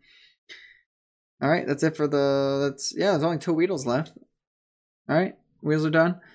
Riley's Mr. Snake's gonna just keep on biting. 18 over 24. Keep rolling like this. Oh, You should 12. do that Mm-hmm. thingy where he minuses 5 again. Yeah, I mean, yeah, that's with 18. I know earlier I think I got like I think he just got like in the teens though, so that's why he's a little in between. I think he values more of just like dealing dirt damage versus trying to just end it. Like for the Cubone, it was kind of cinematic. He was kind of like, oh, I'm gonna leap and just eat him. But yeah, so he's just gonna straight up just gut that one he's been attacking. Again, he just bites into it and just like he bites into it and just like squeezes like the Weedle's body between like its fangs, and it's just like gets knocked out from the pain. All right, that was Riley. Okay. Cubone's gonna try to get the cross chop off again. Cross poisons. Cross poison. Gotcha. He's like, that's not. Looks back. What? I'm not a dragon type. Oh. Roll the wheel of misfortune. That's the theme tonight. Would Someone someone be should just so record me kind? saying that and like play it every time someone gets a 1. But then we can't, because if you say it, then it'll be double. Yeah. I just need that 100 from you. Oh yeah. Let's see what your Cubone ended up doing. What happened to your Cubone? 18. 16. 16. Tyler's blind. Give him a break, man. Oh no, that's actually not good. All right. Cubone gets up after digging in the ground earlier, and he tries to like swing his like bones across each other, like to make the cross that he does. And when he does it, you notice like he didn't sleep as good as you did last night. He wasn't having it either. So Cubone actually becomes exhausted to level 1. All right. I will definitely put that down. Yes, I will read you what that does for everybody at home too. Exhaustion. Level 1. Disadvantage on ability checks. So if Cubone makes any sorts of ability checks, he'll have disadvantage until that exhaustion is relieved. But he ends up, as I wrote, he does the cross, the little Weedle, and it's no longer flinched, so it like just swings its tail into the gut of the Cubone, and it's like, gah! And he gets like the little wind knocked out of him. So he becomes exhausted now to level 1 from like picking it up and just getting hit. He's like, like he's just so exhausted from like trying to do these attacks and just missing. And yeah. All right. That was Brugary. Mama? Oh, yeah.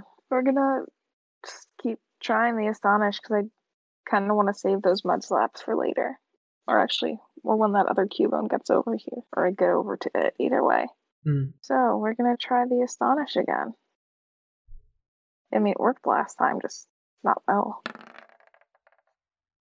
17. Yep, that hits. I'm actually gonna go for the far one. You're gonna go for the further Wurmple? Or Cubone? Yeah. Weedle? Wow. I was like, are you going for the Weedle or the Cubone? I don't think I have the range for the Cubone yet. Yeah, maybe not. So we're gonna go for that Weedle. Cubone is 3 damage on that 40. Weedle. Oh, you want to just grab it, you take it out? The far one? Oh, I'm sorry, the far one. What am I saying? Yeah, okay. 3 damage on the far one. Gotcha. Yes. Okay. And it doesn't get stunned because it was a 14. Gotcha. All right, it is my turn. And we're actually going to pin missile that Cubone from where Scroopy is 45 feet away because it has a range of 60 feet. God fucking damn it. That's a 10. I want to get there, Chief. I wanted to say too, not that this should change anything because now you said you're hitting the Cubone, but you guys could potentially hit the machine too if you wanted to. Oh yeah, so with your 10, you're just going to shoot it. And he's far, right? He's 45 feet away. Makes sense that he could miss. Why not? Falls a little short. Alright. Cubone's going to try to shoot Poison Harpoon as the survivor. 6. Misses again. Hits the doors behind you guys. The little thud and like you feel like a little shake, a little vibration. Alright. So there's still 2 Weedles left. The one that's very hurt and then the one that I'm going to hit there. Lance Fair here is going to try to hit the Krogunk with a poison sting. 4. Other one is going to try to hit Mr. Snake. 4 also. Wow. Alright, so the Weedles are done. Riley's going to have Sir Viper. Now that he's got a clean path, he's going to try to go over towards the Cubone. Actually, let me see. Can he make it there? He cannot, actually. Oh, actually, hang on. Wait, what? No, I want here. Yeah, no, actually it can. He only has to be a 25, but he like flings himself, and he does like a coiling spiral as he goes flying towards the Cubone. And tries again with an open mouth poison fang. 16. Damn. For 11 poison. Which, I mean, this one can half, but still pretty good. 5 damage. Alright. That was Riley. Alright. I wonder if we can get this one to work. Poison. Yay! Wow. Roll the wheel of misfortune What up? again. We couldn't make this up. Can't make this up. 56. Okay. In addition to seeing this Weedle, I think I've realized what has come across this Cubone. I think he might have known this Weedle that he's fighting, and it's just hurting him to try to beat this guy up, even though he keeps trying to shoot at him and his friends.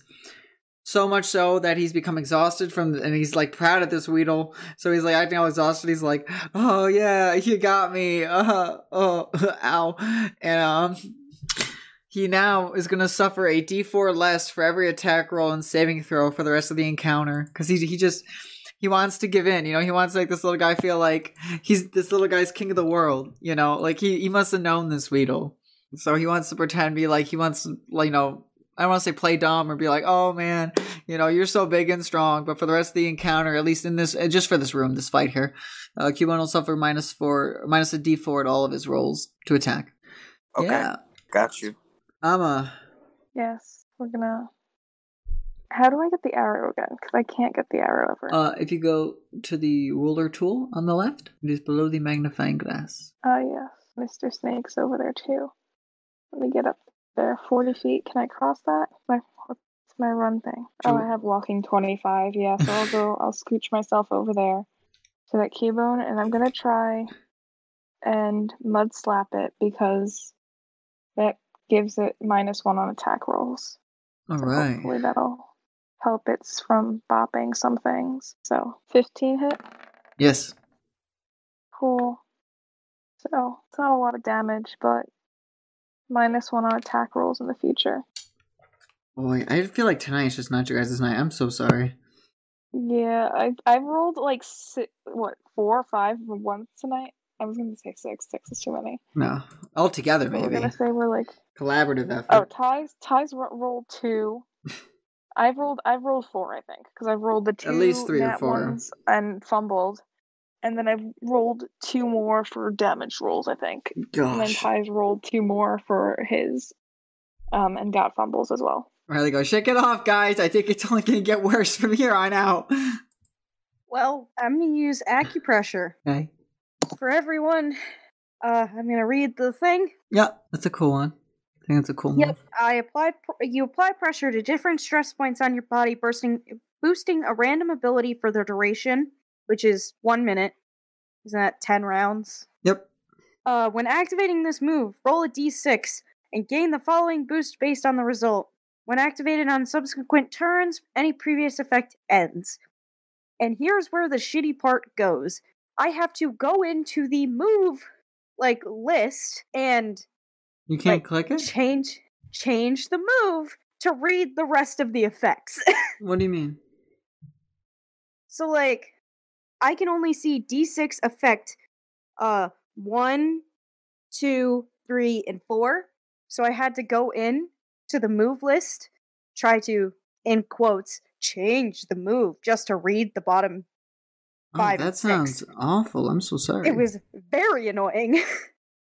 But I have it written down. So if I get a 1, I get +1 to attack rolls. A 2 gives me +2 to damage rolls. 3 gives me +10 temporary HP. 4 gives me +1 to saving throws. 5 gives me a critical hit range of +1. And 6 gives me +1 to armor class. So we will see what I acupressure. It is a 1. I get +1 to attack rolls. Here you go, for the minute. For 10 rounds. Alright. Cubone. Yeah, Cubone is just gonna... He can't shoot at Mr. Snake now that Mr. Snake's like in his face. So he's just gonna try to go for a bone club by hitting with his little bone there. Oh yeah, 0 equals success. No, that should be that should be a 12. 12's not gonna hit Mr. Snake. Anyway, since there's still 2 Weedles left, the 2 Weedles will go. The first Weedle is gonna try to shoot at the Cubone with another poison sting for 9, which is not gonna hit the Cubone.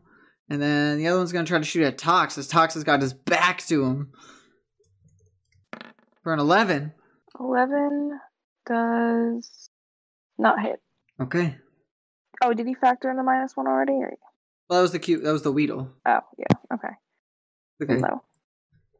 It's okay. The little tiny baby Weedles. I know. They're both still here. They're just hanging out. Alright. Riley's going to have Mr. Snake try to go for that Night Slash. Ooh.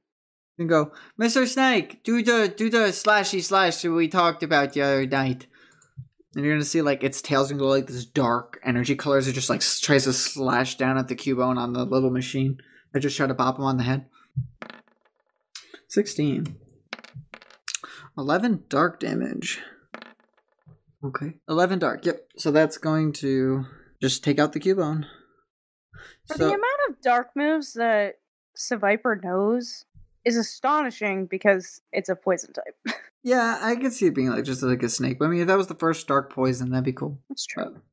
Anyway, yeah, so he's just gonna like, you see his tail go dark color, and he's just gonna like slash down right at the Cubone that's like on top of this. Like I picture the Cubone standing on top of like the little seat of the machine to pop him on the head with the bone, and when he does it, from the tail from the Survivor's gonna glow this dark black color and just like slice the arm right off the Cubone and just like knock it to the side.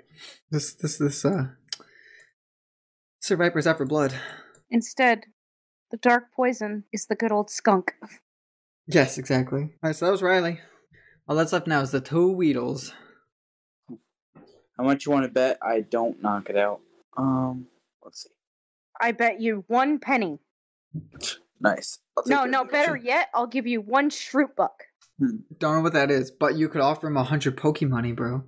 No, 1 Shroot Buck. It equals 100 Stanley Nickels. We're guessing 10 does not. Oh, and that's a 9, isn't it? -1 to attack rolls? Is that what it was? Oh, minus, you roll a d4 and that's your minus, so yeah, that's just not gonna, yeah. If it's, yeah. He's like, oh, this Weedle, he's so tough, and the Weedle's like looking all proud of himself. And the Cubone's like, oh, he's so strong, oh, I missed, oh. Alright. That was good, Gary. Alright, we're gonna go for the Astonish again. No. You both keep rolling 10s. There, Weedle. It's okay. I know no, I don't think I will. No, I don't think I will, DM. Alright, Charlie, take this home, would you? Sure. Alright, Groupie's gonna go in there. Move up. Flare Blitz, take it out. Yeah. And we're gonna bite. And I get +1 to attack rolls. Which I gotta calculate. 8! That ain't it, Chief. What was the saying, Alma? No, I don't think I will. No, I don't think I will. Okay. I think Scroopy goes in there for the bite, and the Weedle just like, nah. I don't know if I should be so scared for later on in this dungeon. But yeah. Okay. Alright. That was Charlie. Cubone, who is dead. They're all gone. The last Weedles. There's still 2 left. One's gonna try to shoot at Cubone. 18. Yeah. 3, which rounds down to 1 poison. The other one's going to try to shoot at the Scroopy that's biting it. 11. That ain't it, Chief. Okay. I was going to have Mr. Snake double back and go to the one that the Scroopy's fighting. Going to try to have him roll to attack it. Then going for... we'll do another bite here. 15. 11 damage. Yeah, that Weedle's gone. Time this Forever's just gonna like bite it by its tail and just like fling it against the wall as it just splats on the side. Alright. That was Riley. Dave, Riley just went, or Riley? Yep, right. No, Riley went. Okay. So do I try again? Yeah. I guess we'll try again. Cross poison. Yes. You fucking did it. I did it, because then, 1d4 would still be 11, so, woo! Yeah. I never thought I'd make it this far. It's 1d12 plus 1, so... That's pretty good. I mean, it's and it ignores any poison resistances. Okay, so right, you want to just describe how you finally... You take out you the mentor, take out the student? Yes. So, after being afraid, Cubone decides that he's had enough of playtime and lands a hit on this Weedle, knocking it out. Just some good old-fashioned damage. With that, the room then goes quiet. Thank fucking God.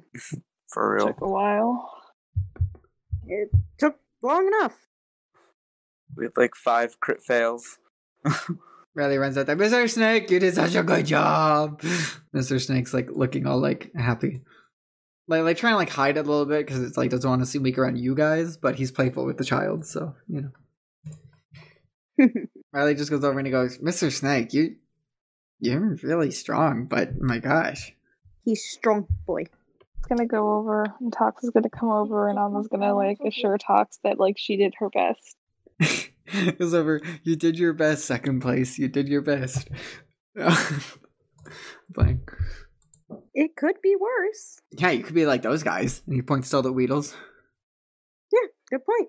True. Okay, Mr. Snake, I'm gonna hop on your back. That plan was so good that we worked out. Oh, he's so good. He didn't even see it coming, and you just like, and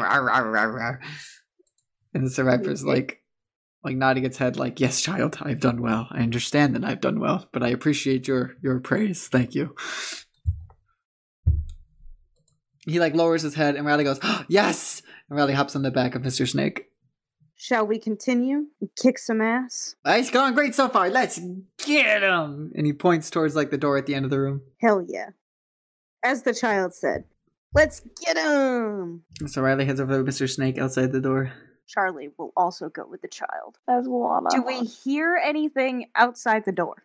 You see like little scribbles of like writing next to like the door. Like almost like a little plaque saying like what's beyond the door. Is it in Pokemon? It is in a Pokemon language, yes. Fantastic. None of us can read that. I mean, otherwise it looks like a normal door. We just don't really know what's there. Can I listen in the door? Sure. What do I roll? Perception. Okay. See what you hear. 10! I suck. The 10, you hear that there's definitely... you hear the faintest buzzing sound. Great. Bees. You hear the faint sound of like one thing buzzing. Great. Singular? Bees. Oh, you hear the bees again? Yeah. Alright, who's next to act on show? I did last room. Alma, shall we kick down that door? Suppose so. Alright. So, well, actually, should we maybe, stealthily open it? Should someone stealthily open it so we maybe don't get noticed right away? That's a good point. Maybe not completely bulldoze the door. What's your stealth? I think you're more stealthy. It is 1, and Scroopy... plus 1? It's +1, but Scroopy has the stealth trait. Okay, so you go for it. And I actually +2, because I have Scroopy out. I have advantage, right? Yes. I do believe that's how that works. I think that's how that works. 9. 9. As they say, I don't think it'll get there, Chief. Oh, that sums up the night now, doesn't it? So far. Yeah. Okay. So what you're able to see opening the door slightly, I'll say this. Your 9 was for stealth, right? Yes. Alright, so you open up the door, and you're able to make out, there's like from what I can see, the room keeps going on further, but from what I can make out from around this bend here, you see that there's a table, and I see just like a normal cubone there, and he seems to be sitting there, and he's eating like a bowl of like meat. You're unsure what that meat is. But he seems to be using this like little bone fork to eat it with. And you're afraid that he's gonna see you. So you close the door, and as you close it, like it gets away from your hands, and it's just like you hear like a louder like click sound as like the door closes. So yeah, so you're back you're still on this side of the room, but like you made a click, and you are unsure right now if that guy heard it or not. I'm thinking in my mind, it definitely heard me, and I will tell the others. And I go, should we break down the door now? Anyone? Yeah. Break down the door? How are you gonna do that? Amma, use your strength. Kick down that door. Gary, or Riley's on top of Mr. Snake goes, Gary, we can't open the door. I don't know if having Amma potentially, like, I don't know, get hurt while we're, here, is the best idea when she doesn't necessarily have to get hurt. So, child, why must you be the voice of reason? Because literally, I don't know, I'm 8. You take me for a grain of salt. I play with butterflies outside sometimes. You act like that's a problem. Yeah, it's okay. I mean, the door clicked, but... Well, here's where we're at. Charlie, did you think it heard you? I'm quite concerned that it did. I see. I mean, once again, making more noise than we have to isn't the most ideal. And it's only that one cubone, right? I mean, Mr. Snake has been knocking them out left and right easy. Good point. I am debating. Come on. Maybe we can just boot the door. Do you want me to boot the door? Be chaotic with me. We'll kick the door open. Yes! 18. Oh, yeah. Fuck yeah. You are easily able to kick open the push door. So much so. It flies off the fucking hinges. Yeah. You not only like push open the door with your foot, comes off at the very hinges. It slams down at the ground. Shield now. So your foot is now on top of the door that you've now kicked down. And you look over at the cubone, who had a piece of meat on his fork as it just plops right back down into his bowl of meat. Oh. His mouth agape as he is looking at you. I was really hoping he came to check it out, and I just fucking smacked him with the door. I don't know. It just seemed funnier that Is this man confused, or is this cubone confused? Bro, he's like, I don't know if I should just leave you be and keep eating, because you seem to be doing fine on your own. Like, I don't want to mess with that, Yes, just intimidating. Wait, can I roll intimidation? Yeah. So what is your intimidation gonna do? I need to know what you're after. Yeah, what you're going for. So so he doesn't fuck with us. Sure. How though? Like advantage after that fucking show. Yeah. Yes, you do. Also, I need to know are you making a face? Are you saying something? What are you doing to, you know what I mean? T-pose on it. I think it's just the act of glaring directly at it as soon as the door's knocked off its fucking. As the door's falling, your character's already staring at his eyes, right? Yeah. Perfect. Roll with advantage. That's fucking okay. That was a 21 first time. 21.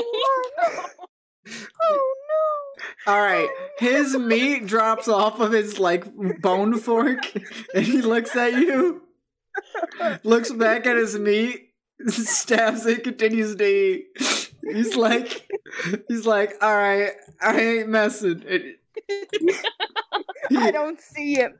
I don't see him. He points towards next to him, and he points to the stairs. He's like, "Yeah, you can just go." Okay, cool. So off we go. From like hearing the door slam, you see come flying from around the corner. There's a mounted Cubone on a Beedrill who's flying, and he's also seeing your 21. It's you rolled, and you hear like the bee sound as the thing flies over, and then the other Cubone like waves at him, and then flying, like the mounted Cubone comes flying over towards the seated Cubone, and you just see them exchange some words, and the Cubone hops off the Beedrill, and they both just point at the stairs for you. Like, the Beedrill is glaring angrily, but is otherwise like, I have to listen to what this dude says, so I guess if I can hit you. So here we go. You intimidated it so bad. Are you gonna say anything? Hang on, are you gonna say anything? She's just gonna kind of like go walk by, and she's gonna do like the "I got my eye on you." Yeah, you're pointing at your fingers, I like think pointing at your eyes, pointing at their eyes. Like living off of this, and is gonna steal some of the meat and eat it to regain health. Gonna look right at the Cubone, reach into his bowl of meat. Grab some, eat it, and just stare at the Cubone before continuing after Amma. Yeah, I mean, as you come around the corner, you can see that there is another door that's circling back around. To anyway, are you just going? Like, okay, how about this? What is the other group's reaction to all of this? I am following Amma with this proud ass, like, don't fuck with us. That's my bitch right there. That's my hoe. Riley leans down and whispers to Gary, "Where'd you find these two?" And you know what? Why don't we make Scroopy do the same thing as Krogunk? Because fuck everyone's just reaching into this Cubone's bowl of unknown meat, I'll add. You don't know what this meat is, and just eating it in front of them.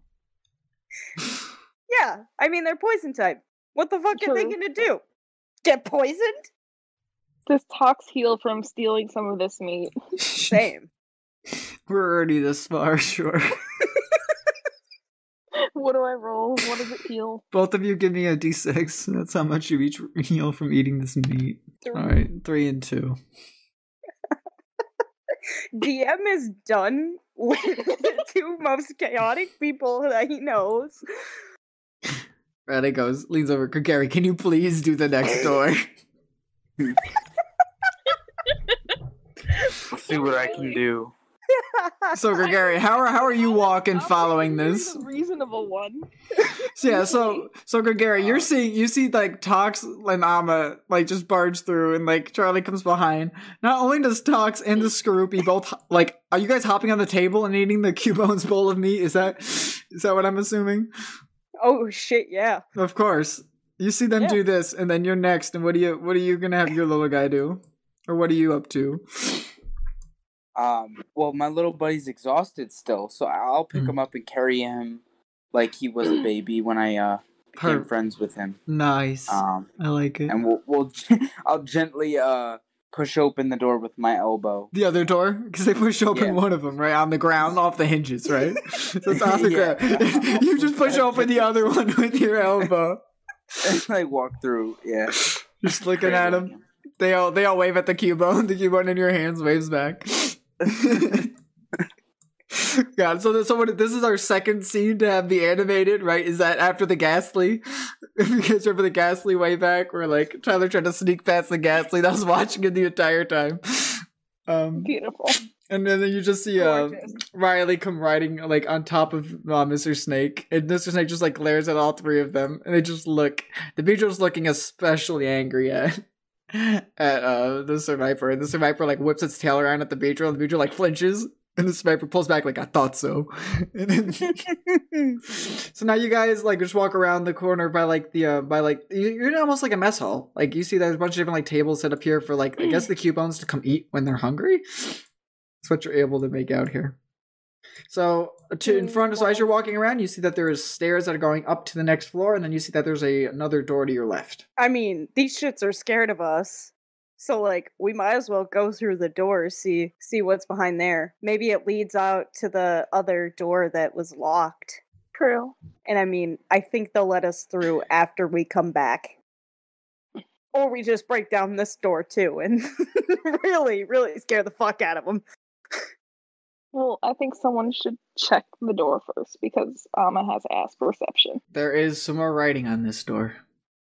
Oh boy. I will see if I hear anything. Excuse me? Oh, shit. See if you hear anything.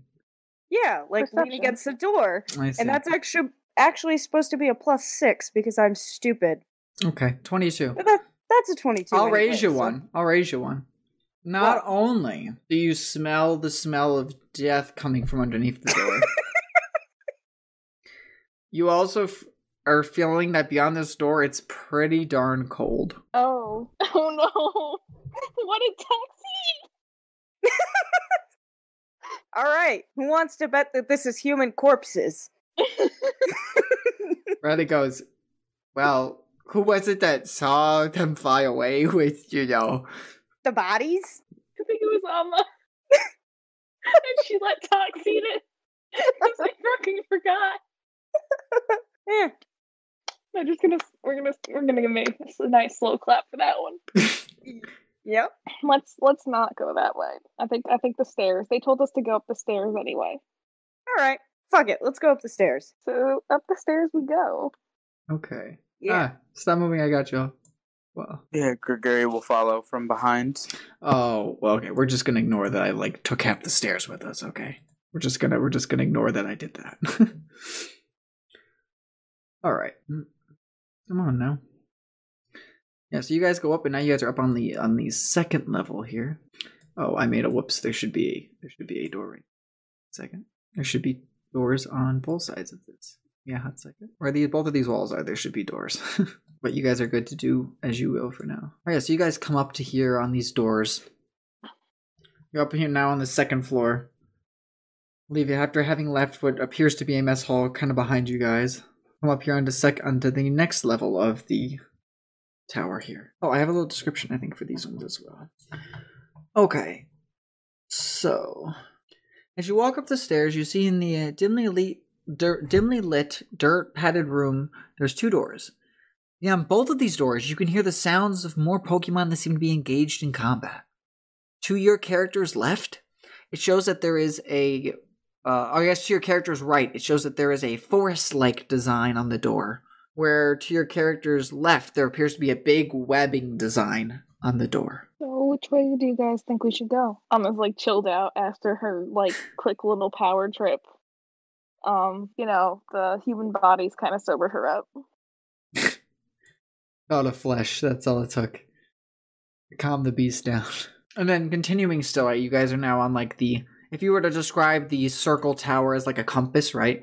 You guys entered on the south side, went east, and then ended going up in the north stairs upwards. So now you guys are up on the second floor on the northern part of the tower, right? Having both the east and the west sides open to you. We're going to just pretend that the tower is a cardinal map for a second. And he goes, it doesn't really matter to me. I know we got the webs on the door to our left, and to our right there's some trees. So, I don't know. Those last guys weren't that hard to fight, but it's, they're in the lower level. Well, if there's webs, I'm going to say spiders. That's scary. And Lord knows, neither me nor you like spiders. Except for my Spinnerack, who's adorable. Because he's small. I say trees. I go trees. Tree sounds good.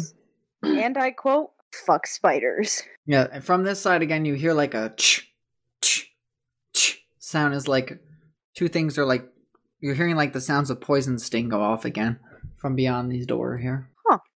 We might be fighting those Cubone on those little machinies again. Hopefully it goes better this time. Yeah, let's hope we don't fuck up as much. It went alright for me. I don't know about you guys. I mean, it went okay for me. The other two, not so much. Okay. No offense. So this time we're going to go to our right, so west. Alright, Yeah.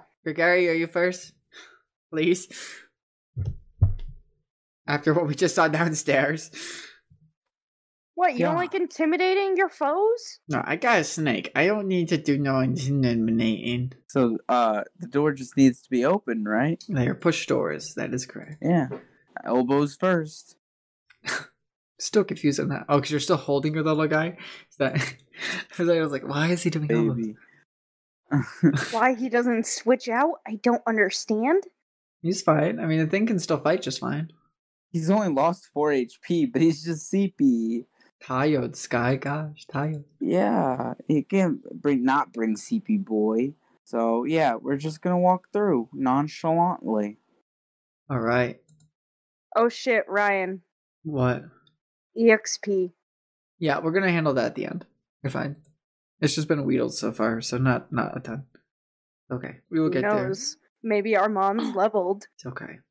We'll get there in a sec. As you walk in, Gary, holding your CP boy, you're gonna notice a bunch of these like trees that are here that looks like that they've been like pulled in and like chopped down and like leaning up against like the sides here.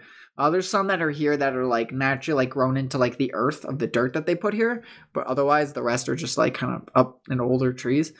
And you see that there's these 2 yellow, almost looks like cocoons that are in the middle of the area as they're trying to like shoot at each other.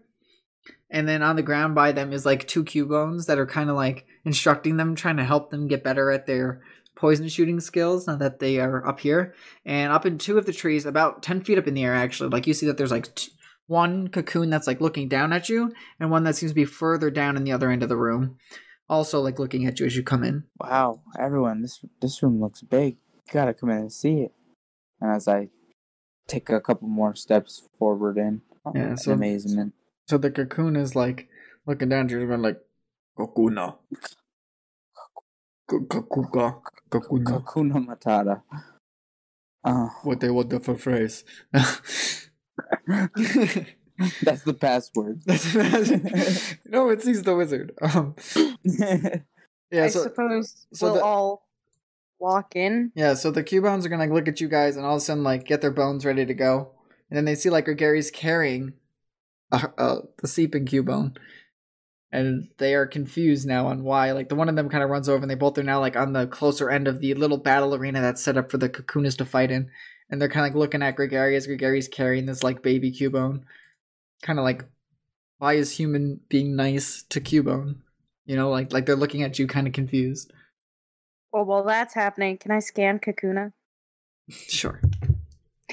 Yeah, I'm not sure what I want to say, so go ahead. Good time. Give him a minute. Helps him think. Helps him think. Sure. Girl, my dex seems like it's glitching all the time. I always lose the mons. Like I go to type and then they're gone. All right. Dex is gonna read. Kakuna, cocoon Pokemon, bug, poison.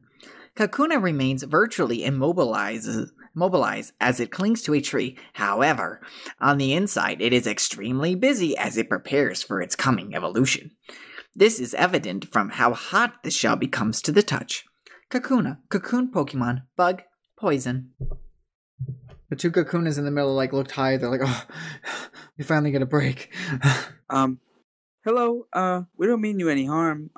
This is just our friend. I noticed you see him. We're friends, but I don't suppose you'd let us pass, would you? As I give the little Cubone a cuddle to show that I'm friendly. The Cubones kind of point up at the Cubone that you're holding, and they go like, bone, Cubone. And the Cubone is kind of like in your arms, like tugs on like your little outfit, like to get your attention. Yeah. Yeah. All right, I'll look at him and say, what's going on? He points at you. He points at the room, and he shrugs, and he points at them. You want to like get down and walk around? Show me? Are you just confused? You're as confused as I am? He shakes his head no, like, because like he knows what they're saying. He's also a Cubone, you know, like he points at you and points then at everybody like behind you. Yeah. Points at this room and then shrugs. He's probably saying it's possible to fight them if we want, but kind of doesn't know if they'll let us pass. It kind of shakes its hand like, not really, but kind of there. I'm trying, little dude. At least I'm getting something. That's all I want to do. What Just try to keep walking past them. The Cubone starts to tug more and more on your outfit, like, bum bum. No go. That's a no go. Okay. Well, it's like looking. It points at you. Yeah, me. Yes, me. Gregarious. Points at your friends. Yes, team. Points around this room. Mm-hmm.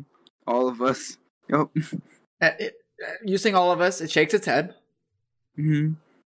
Points at all this room. Like, and then we start blasting. I can just see you looking at it like, listen, little man, I don't speak what you're telling me. Just him with the cross poison.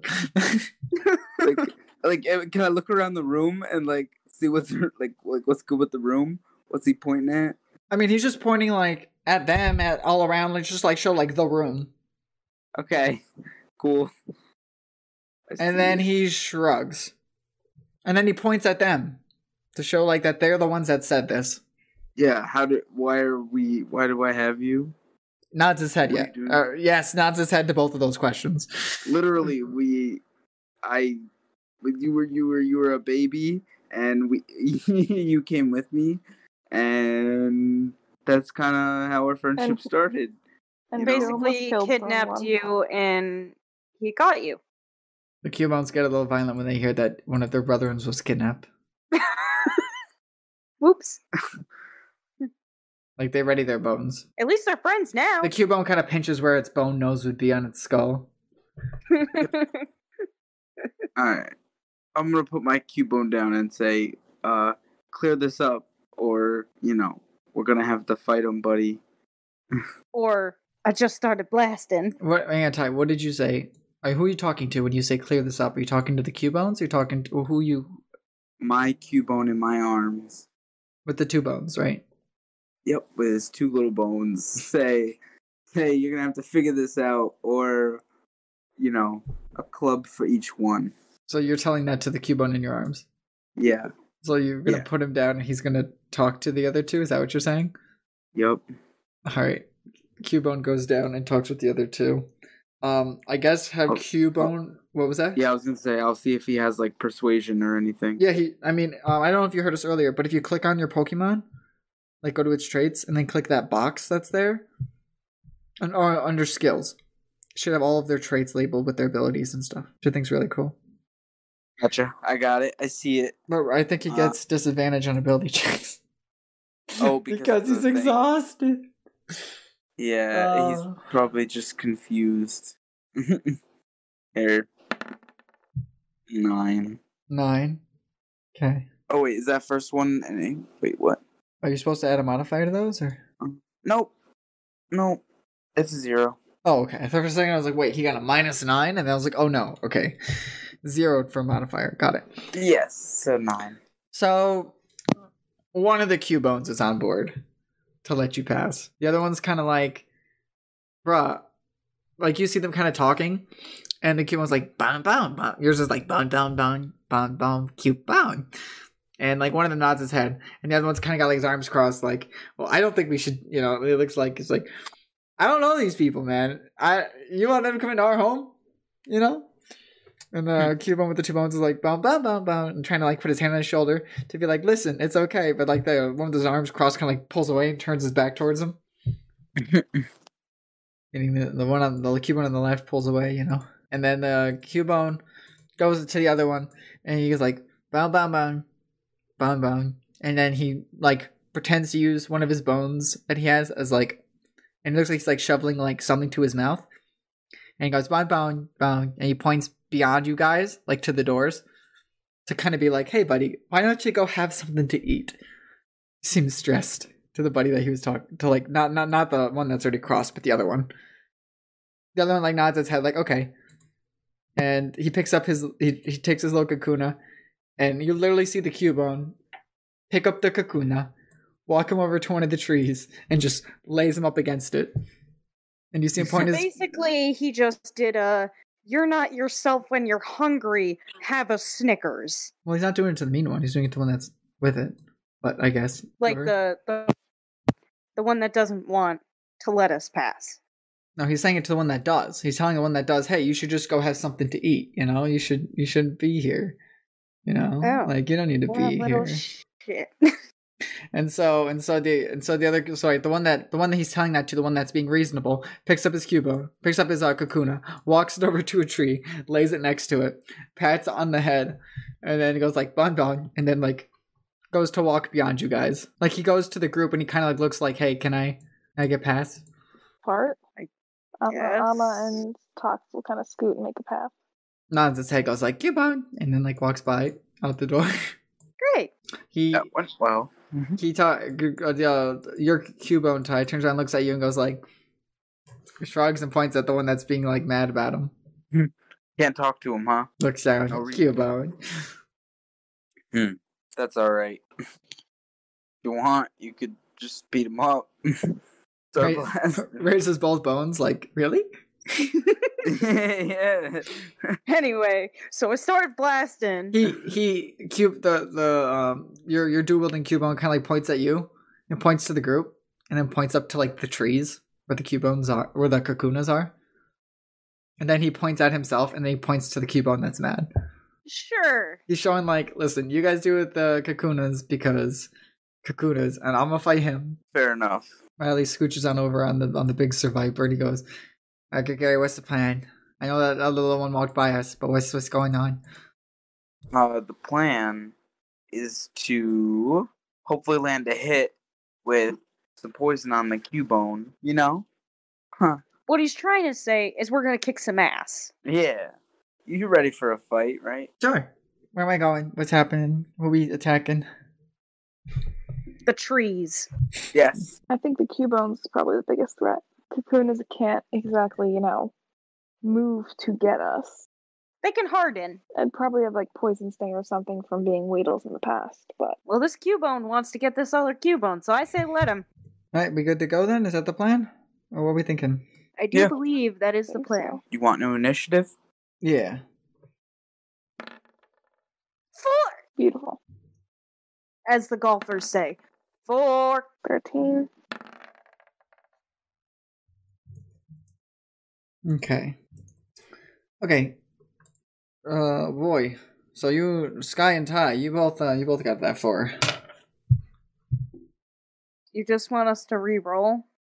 What's your dex? What's your athletics? Our decks are both athletic. I know that's not right, but I just figure who would jump first. +1. Ty. Didn't know what Ty's athletics was. Oh, but Riley's gonna go before y'all because he got that +2. Are you talking Gregory? Gregory, I'm sorry. Gregory, what did you get as a? What's your athletics? I should say, to see if you beat Sky, because I can't remember what you look at next. Because I mean, that's your dex, right? Is your initiative? So yeah, 0. All right, so I move first. Okay. Go for it. And Riley, Because mine's +1. Okay, and then I'm gonna have the Kakuna. I'm gonna have the Cubone roll. Nice. Great. A 2. Everyone so far except for Amma has rolled less than a 5. All right, I'm gonna have the Kakunas go. If they get 1s, I'm gonna die. 3, baby. Okay, Amma, I guess you go first. 13. Amma goes first with a 13, and then it all proceeds to be less than 5 for initiative later. That's beautiful. All right. Gorgeous. So we're gonna go, and we're gonna use a nice mud slap on the Cubone. Start us off. 15. Mm-hmm. Okay, we're gonna -1 on attack rolls and 5 damage. Okay. The Cubone looks offended that you hit. Tyler's Cubone looks offended that you hit the Cubone. Just helping. Tox is trying to be helpful. He looks kind of, and he goes like, "Bone," and he like shows like expression like, "I thought we had a plan." I'm going with your plan, little dude. All right. I just don't want people getting hurt, and that's the big threat. The big scary. Riley's gonna go. Riley's gonna have the survivor like scooch over towards like around the Cubones that are going at it, and he's gonna be like up in the. He's about 2 feet away. If the Kakunas are 10 feet in the air, hanging from a tree, but the survivor is like 8 feet. You know, there's an ABs around like. It can launch itself up. Yeah, I'm thinking it can like easily like hit back on its hand, like propel itself up, and Riley's still on its back, you know, for fun. I was gonna go, all right, let's go over there, and we're gonna bite that cocoon. Not 20. Oh, okay. Oh, that thing's dead. Goodbye. Yeah. Ready? See how much damage? Oh my god. 23. And that's with rolling low on those 2d8s. Yeah, that Kakuna's gone. You see that snake just like go up, grab it, and just like throw it 10 feet right into the ground before it lands on the ground. It like goes up, like plucks it off the tree like an apple and like slams it to the ground while its tail's wrapped around the upper part of the tree with Riley. Riley goes, "That was sick!" As they're both like swinging now from the tree. I was like, the dead Kakuna like flies on the ground. You see like its shell cracks. Anyway. Damn. Because remember, if something goes unconscious in D&D, you can choose to knock it out. Like, that's a thing in the rules. I don't know if anybody ever knew that, but it's like a thing. Like, you can choose to. So, anyway. After Riley goes Charlie. Yep. And then Gregory. And then the Kakunas. And then the Cubone. Scorpy has a climbing speed, so he's going to climb up there. And, beautiful. And bite that Kakuna. Nah, fam. Ain't gonna get there. Nope, now wait a 6. Alright. Gary? Yeah.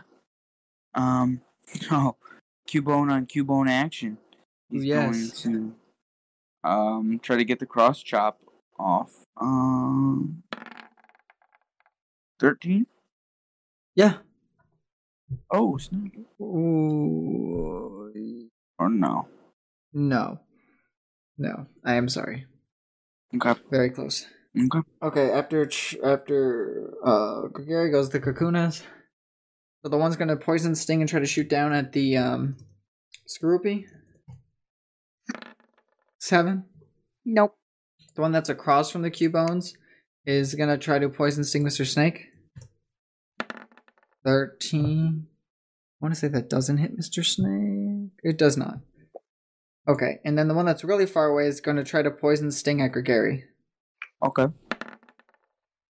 7. 7 doesn't hit, obviously. Yeah, okay. The Cubone's going to go. The Cubone that's fighting your Cubone, Ty. Going to try to hit you with that bone club. Okay. 19? Mm-hmm. That'll hit, yeah. This is ground. I'm trying to remember how ground looks on your thing. Ground super effective? Normal effective, I think. Because... On bug poison? Yeah, because bug is resistant while poison is weak, thus making it just normal damage. Sounds good. Okay. After that, back to the top with Amma. Alright, so we're gonna go. We'll leave the Keybones to it. I was trying to help, but apparently my help is not wanted. It was like, it's about honor, not. man. So we're gonna go and try and astonish the Kakuna in the tree. So, there. 15, that means it's stunned as well. Oh, 18 hits. Oh, yeah. Great, 2 damage. 2 damage. I'm sorry, that's not enough. But it's stunned, it can't attack us now. Yes. Big brain plays. Very It is true. flinched. Riley's gonna go, Survivor's just gonna go, like, swing down from the tree with Riley on his back and just, like, fly it, like, slither its way on over towards the Kakuna that's in the battle arena there. We're gonna try to bite it. Bruh. You cannot make this up. Another nat 20. I mean, to be fair, these cocoons are just sitting there, right? True.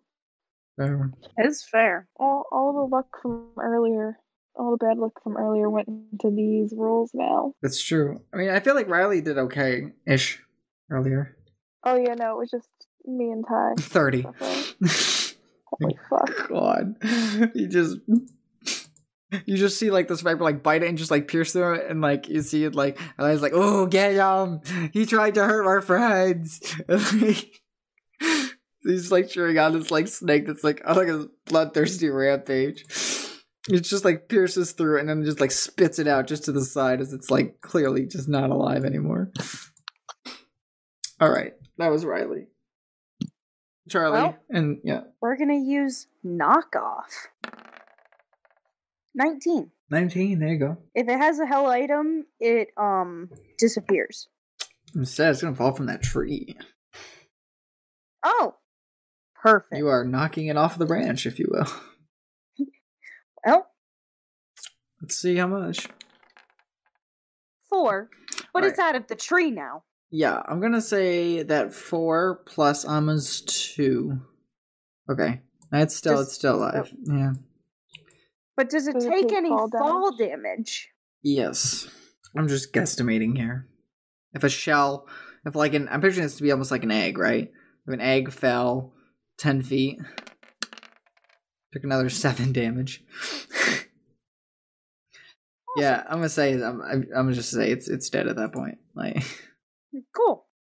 It's a cocoon. It didn't even harden. Think about it. It's just shot. All right, cool. Our dual-wielding Cubone friend. Yo, it's 2 bone. Because he literally has 2 bones. Cubone. He literally got 2 bones in his hand. It's 2 bone. Anyway. 2 bones? Might have to go with that. It's Timmy 2 bones. No. I don't know. Cross poison is kind of making me really sad today. It hits hard, but it's gotta hit. Yeah, and it has the same hit ratio as all the other ones. So I guess we'll just go for it again. I literally thought you were gonna say, I guess I'll go fuck myself then. I guess I'll go fuck myself then. I was like... That's right, you know? Alright. Does that 14 hit? It does. It has the same AC as you, because you guys are the same. Ooh, Ooh, you speak the same thing. Say, too brute, take this. Caesar, no! That's gonna be 10 unbridled poison damage. Ooh, and it's unbridled. Mm-hmm. Yeah, no, that was a strong hit. He looking banged up. He could not take another one of those, for reference. Should have gone to Jared's. Go ahead. Yeah, gonna win. Instead of this tower, forget about it. We're going to Jared. Get it? Because it was unbridled. Hate myself. Go ahead. I wish I knew the reference. I'm so sorry. Jared's Bridal. Like the store? The store! Nice! As in the bridal shop. You know, only people here, I'm sure, are only gonna know what that is. I guarantee. Like our Australian listeners, I love you all. I don't know if you guys know what that is. I didn't even know what it was until I just heard it. So, it's all good. It's on TV. Okay, so that means it's internet. It's like across the world. It could be. I don't know. Anyway, let's just have Mr. Snake. Oh, hang on. That was Ty's turn. Yeah, okay. Kakunas are gonna go. The last melon. The last Kakuna from Ice Age, right? The last melon. Actually, it's a jeweler. It's an engagement ring and bridal shop. Yes. It's a very, very popular engagement ring site. Yes. Mr. Snake, the Cocoon is going to try shooting Mr. Snake for a 7. That's not going to hit. He shoots at it as he's now, like, shaking from seeing the snake just, like, slither around, like, bite the first one, slam it down, go around, like, pierce the other one and throw it against the wall. Now it comes slithering towards it, and it tries to shoot at it in fear, just clearly misses as the snake dodges it. And you see Riley on top, like, 2 hands up going, like, woo! You know, like, he's in his prime. Alright. Cubone's gonna try to use another bone club on his other compadre there. Cubone's gonna try to 2-bone there. Yeah. A little bone. I feel like it's just so much easier, especially if you're fighting yourself, you know? True. I'm changing his name right now to 2 Bones. Oh, perfect. Is it 2 bones or 2 bone? 2 Bones. 2 bones? Okay. Yeah, it's like 2 chains, but it's 2 bones. I like it. Perfect. 2 bones. To go with the Krogan crew, right? You're exactly. Part of the gang. You gotta have a gang name. Krogan crew and 2 Bones. Dude, that's their leader. You kidding me? Anyway, yeah, he's gonna roll a 19 to try to hit you with this bone club, which is gonna get there. I guess yeah. I guess this time, right? This time. Yeah. Put me once, shame on me. I fooled the second time. Still shame on me. Should have named him Pac, because he just got hit. Bro, he keeps getting hit. 7. Ouch. How's he looking? He's looking ouch. Yeah, well, the other one's looking really ouch, too, for reference, so... Yeah. Alright, back to the top. Amma stays. Or just Amma. 2 Bones want to finish this on his own. Are you saying that to 2 Bones? Yeah, I'll say it's 2 bones. After like just getting like whopped in the head with this like bone, he looks at you. You see he's got like, you know, like in the animation they got like the black scarring marks from the bashes that they've taken. He looks at you. He's got like a swollen cheek, and he gives you like a thumbs up. All right, so can I even cross over to where Mr. Snake is? Can I get there with an attack? That's great. I can get over there. So we're gonna go over there, and we're gonna use the Astonish on the Kakuna and the tree. I was like blanking on the name there. 13. That hits. Hit Oh it. yeah. Okay. Damage. 8 damage. 7. I can't number. Wait. Oh 7 yeah. damage. Yeah. Wait. I'm very confused. Did Mr. Snake miss his attack on that Kakuna? No, he didn't get over there yet because he's after me in the attack order. The Kakuna tried to attack him and missed. Oh, I see. Yes. Okay, I'm with it now. Yeah, so 19. Your attack's gonna hit there. 7 damage. Yep. Yeah. You take 7. Okay, that's his first time getting hit. I'm pretty sure. Okay, man, you're astonished. Went all the way. It could have. Yeah, 30 feet. Sure. Yeah, I have to scooch over there a bit, but so Astonish is 20. But if I walked and then did it, it's fine. Gotcha. All right. After Amma's gonna go Riley. Riley is gonna this time he's gonna try to go for Poison Fang just so he doesn't use up all his bites here, you know? And he's like, I might want to save those for future occasions. 17. Wow, only what? Rolls 2d6 plus 4 and he only gets 6. This thing is like barely alive. No, wait. 6. No, it's dead. It's dead. He's not gonna do a cool death this time because he's not like outright killing it. He's just like straight, just like poison. Yeah, he just shakes it off, throws it to the ground, slithers back down, comes down, looks at the group to see like how everyone's holding up. All right, Charlie. All that's left is the other Cubone. So what do you decide to do? Do you start to make your way towards the door on the other side? Do you stay here to cheer on 2 Bones? What do you want to do? Nah, he looks a little banged up. I'm gonna help him because he accepts help now. What? And he was accepting help. Amma asked if he need. What? Yeah, you asked him if he wanted help, and you thumbs up. I think I'm asked if he's got it. That's. Oh yeah. Okay. It's okay. That was my That's how I understood it. Is that how you presented? I apologize if it was different. I'm stupid then. I guess we'll just yeet ourselves to the door then. Bye then. Bye, Felicia. Okay. Alrighty, so it'd be Gary's turn as he's duking it out with the two Bones, is attacking the other Cubone. Okay, then I'm going to try to get another hit in with that. Give me 1 sec. It's probably going to come to the next hit here. Yeah, right. Ooh, no, that's only a 13. Doesn't cut it. Okay. All that's left is for the other Cubone. Other Cubone's going to try to go in with that. With that bone club. Go ahead, hit me. Hit me! Yes, for it. How much health you got left? 5. Oh no. He comes in with this like bone club around the side after your guy tries to do that cross poison, and it just keeps missing by just a hair. And then this other Cubone like hops on 1 foot while it's injured, hops 1 foot and just tries to like stick a bone right underneath your guys' chin to bop him right underneath in the soft spot of the skull, right? Think about it. And he's gonna come in with that bone rush for 4 damage. You can't, bro. You cannot make this up. I rolled 1d10 plus 1, and that's 4. Okay. He goes in for that soft spot, he bashes him. Your Cubone goes flying like 5 feet away. He's like spiraling like as he's flying in the air, you know? He flies to the ground and everyone's like looking like is he gonna make it? And he like slowly pushes himself up from the ground. He's using one of his bones to hold him up, and he's like breathing heavily like they do in the animes when there's like a really good fight, you know, and both Mons are like like ready to do one more. Like he's like, it's still got enough oomph left in me. Are we safe to say that we'll skip everyone else's initiatives and go right to ties? Is everyone cool with that? Yeah, I think everyone else is just heading for the door Okay. at this point. Okay. Riley's gonna go over and cheer on Two Bones. He's like, Two Bones, you got this, man. The survivor's like, Viper.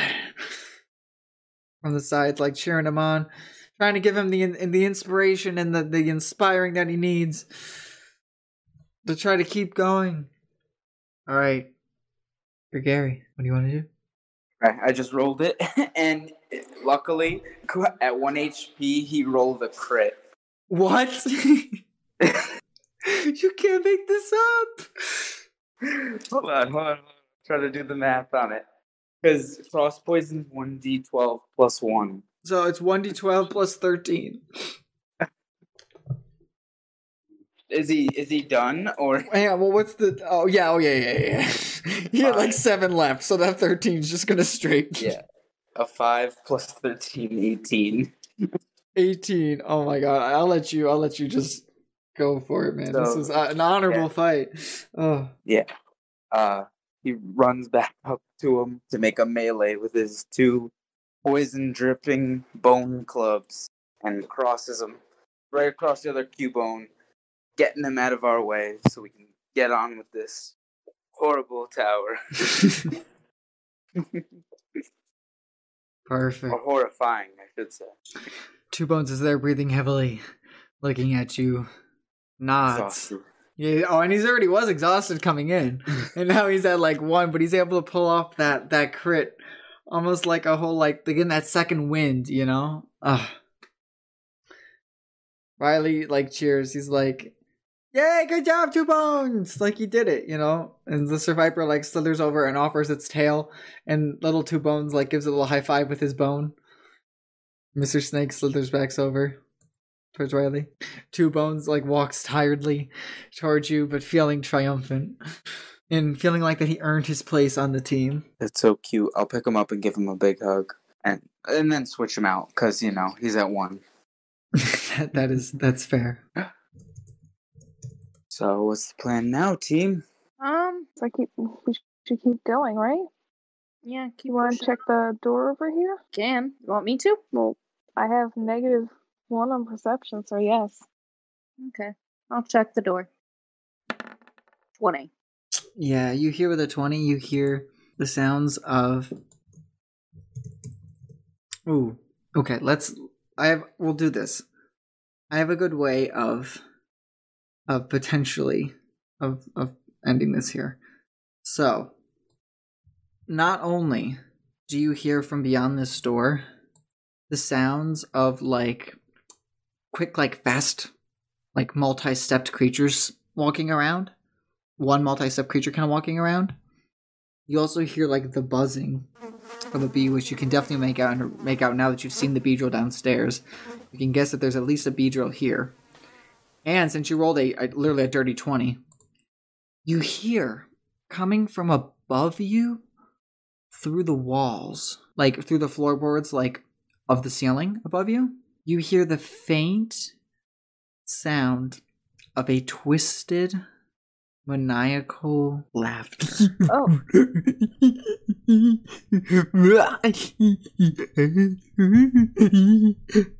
And with that little element of mystery, I think that's where we will call it this session. Hey guys! Don't forget to leave us a review on iTunes or like this content on Podbean if you've been enjoying us. It really helps us out with the algorithm of getting listeners to hear our content. And remember, DM told me to... Never lose hope, even when the nat ones are against you.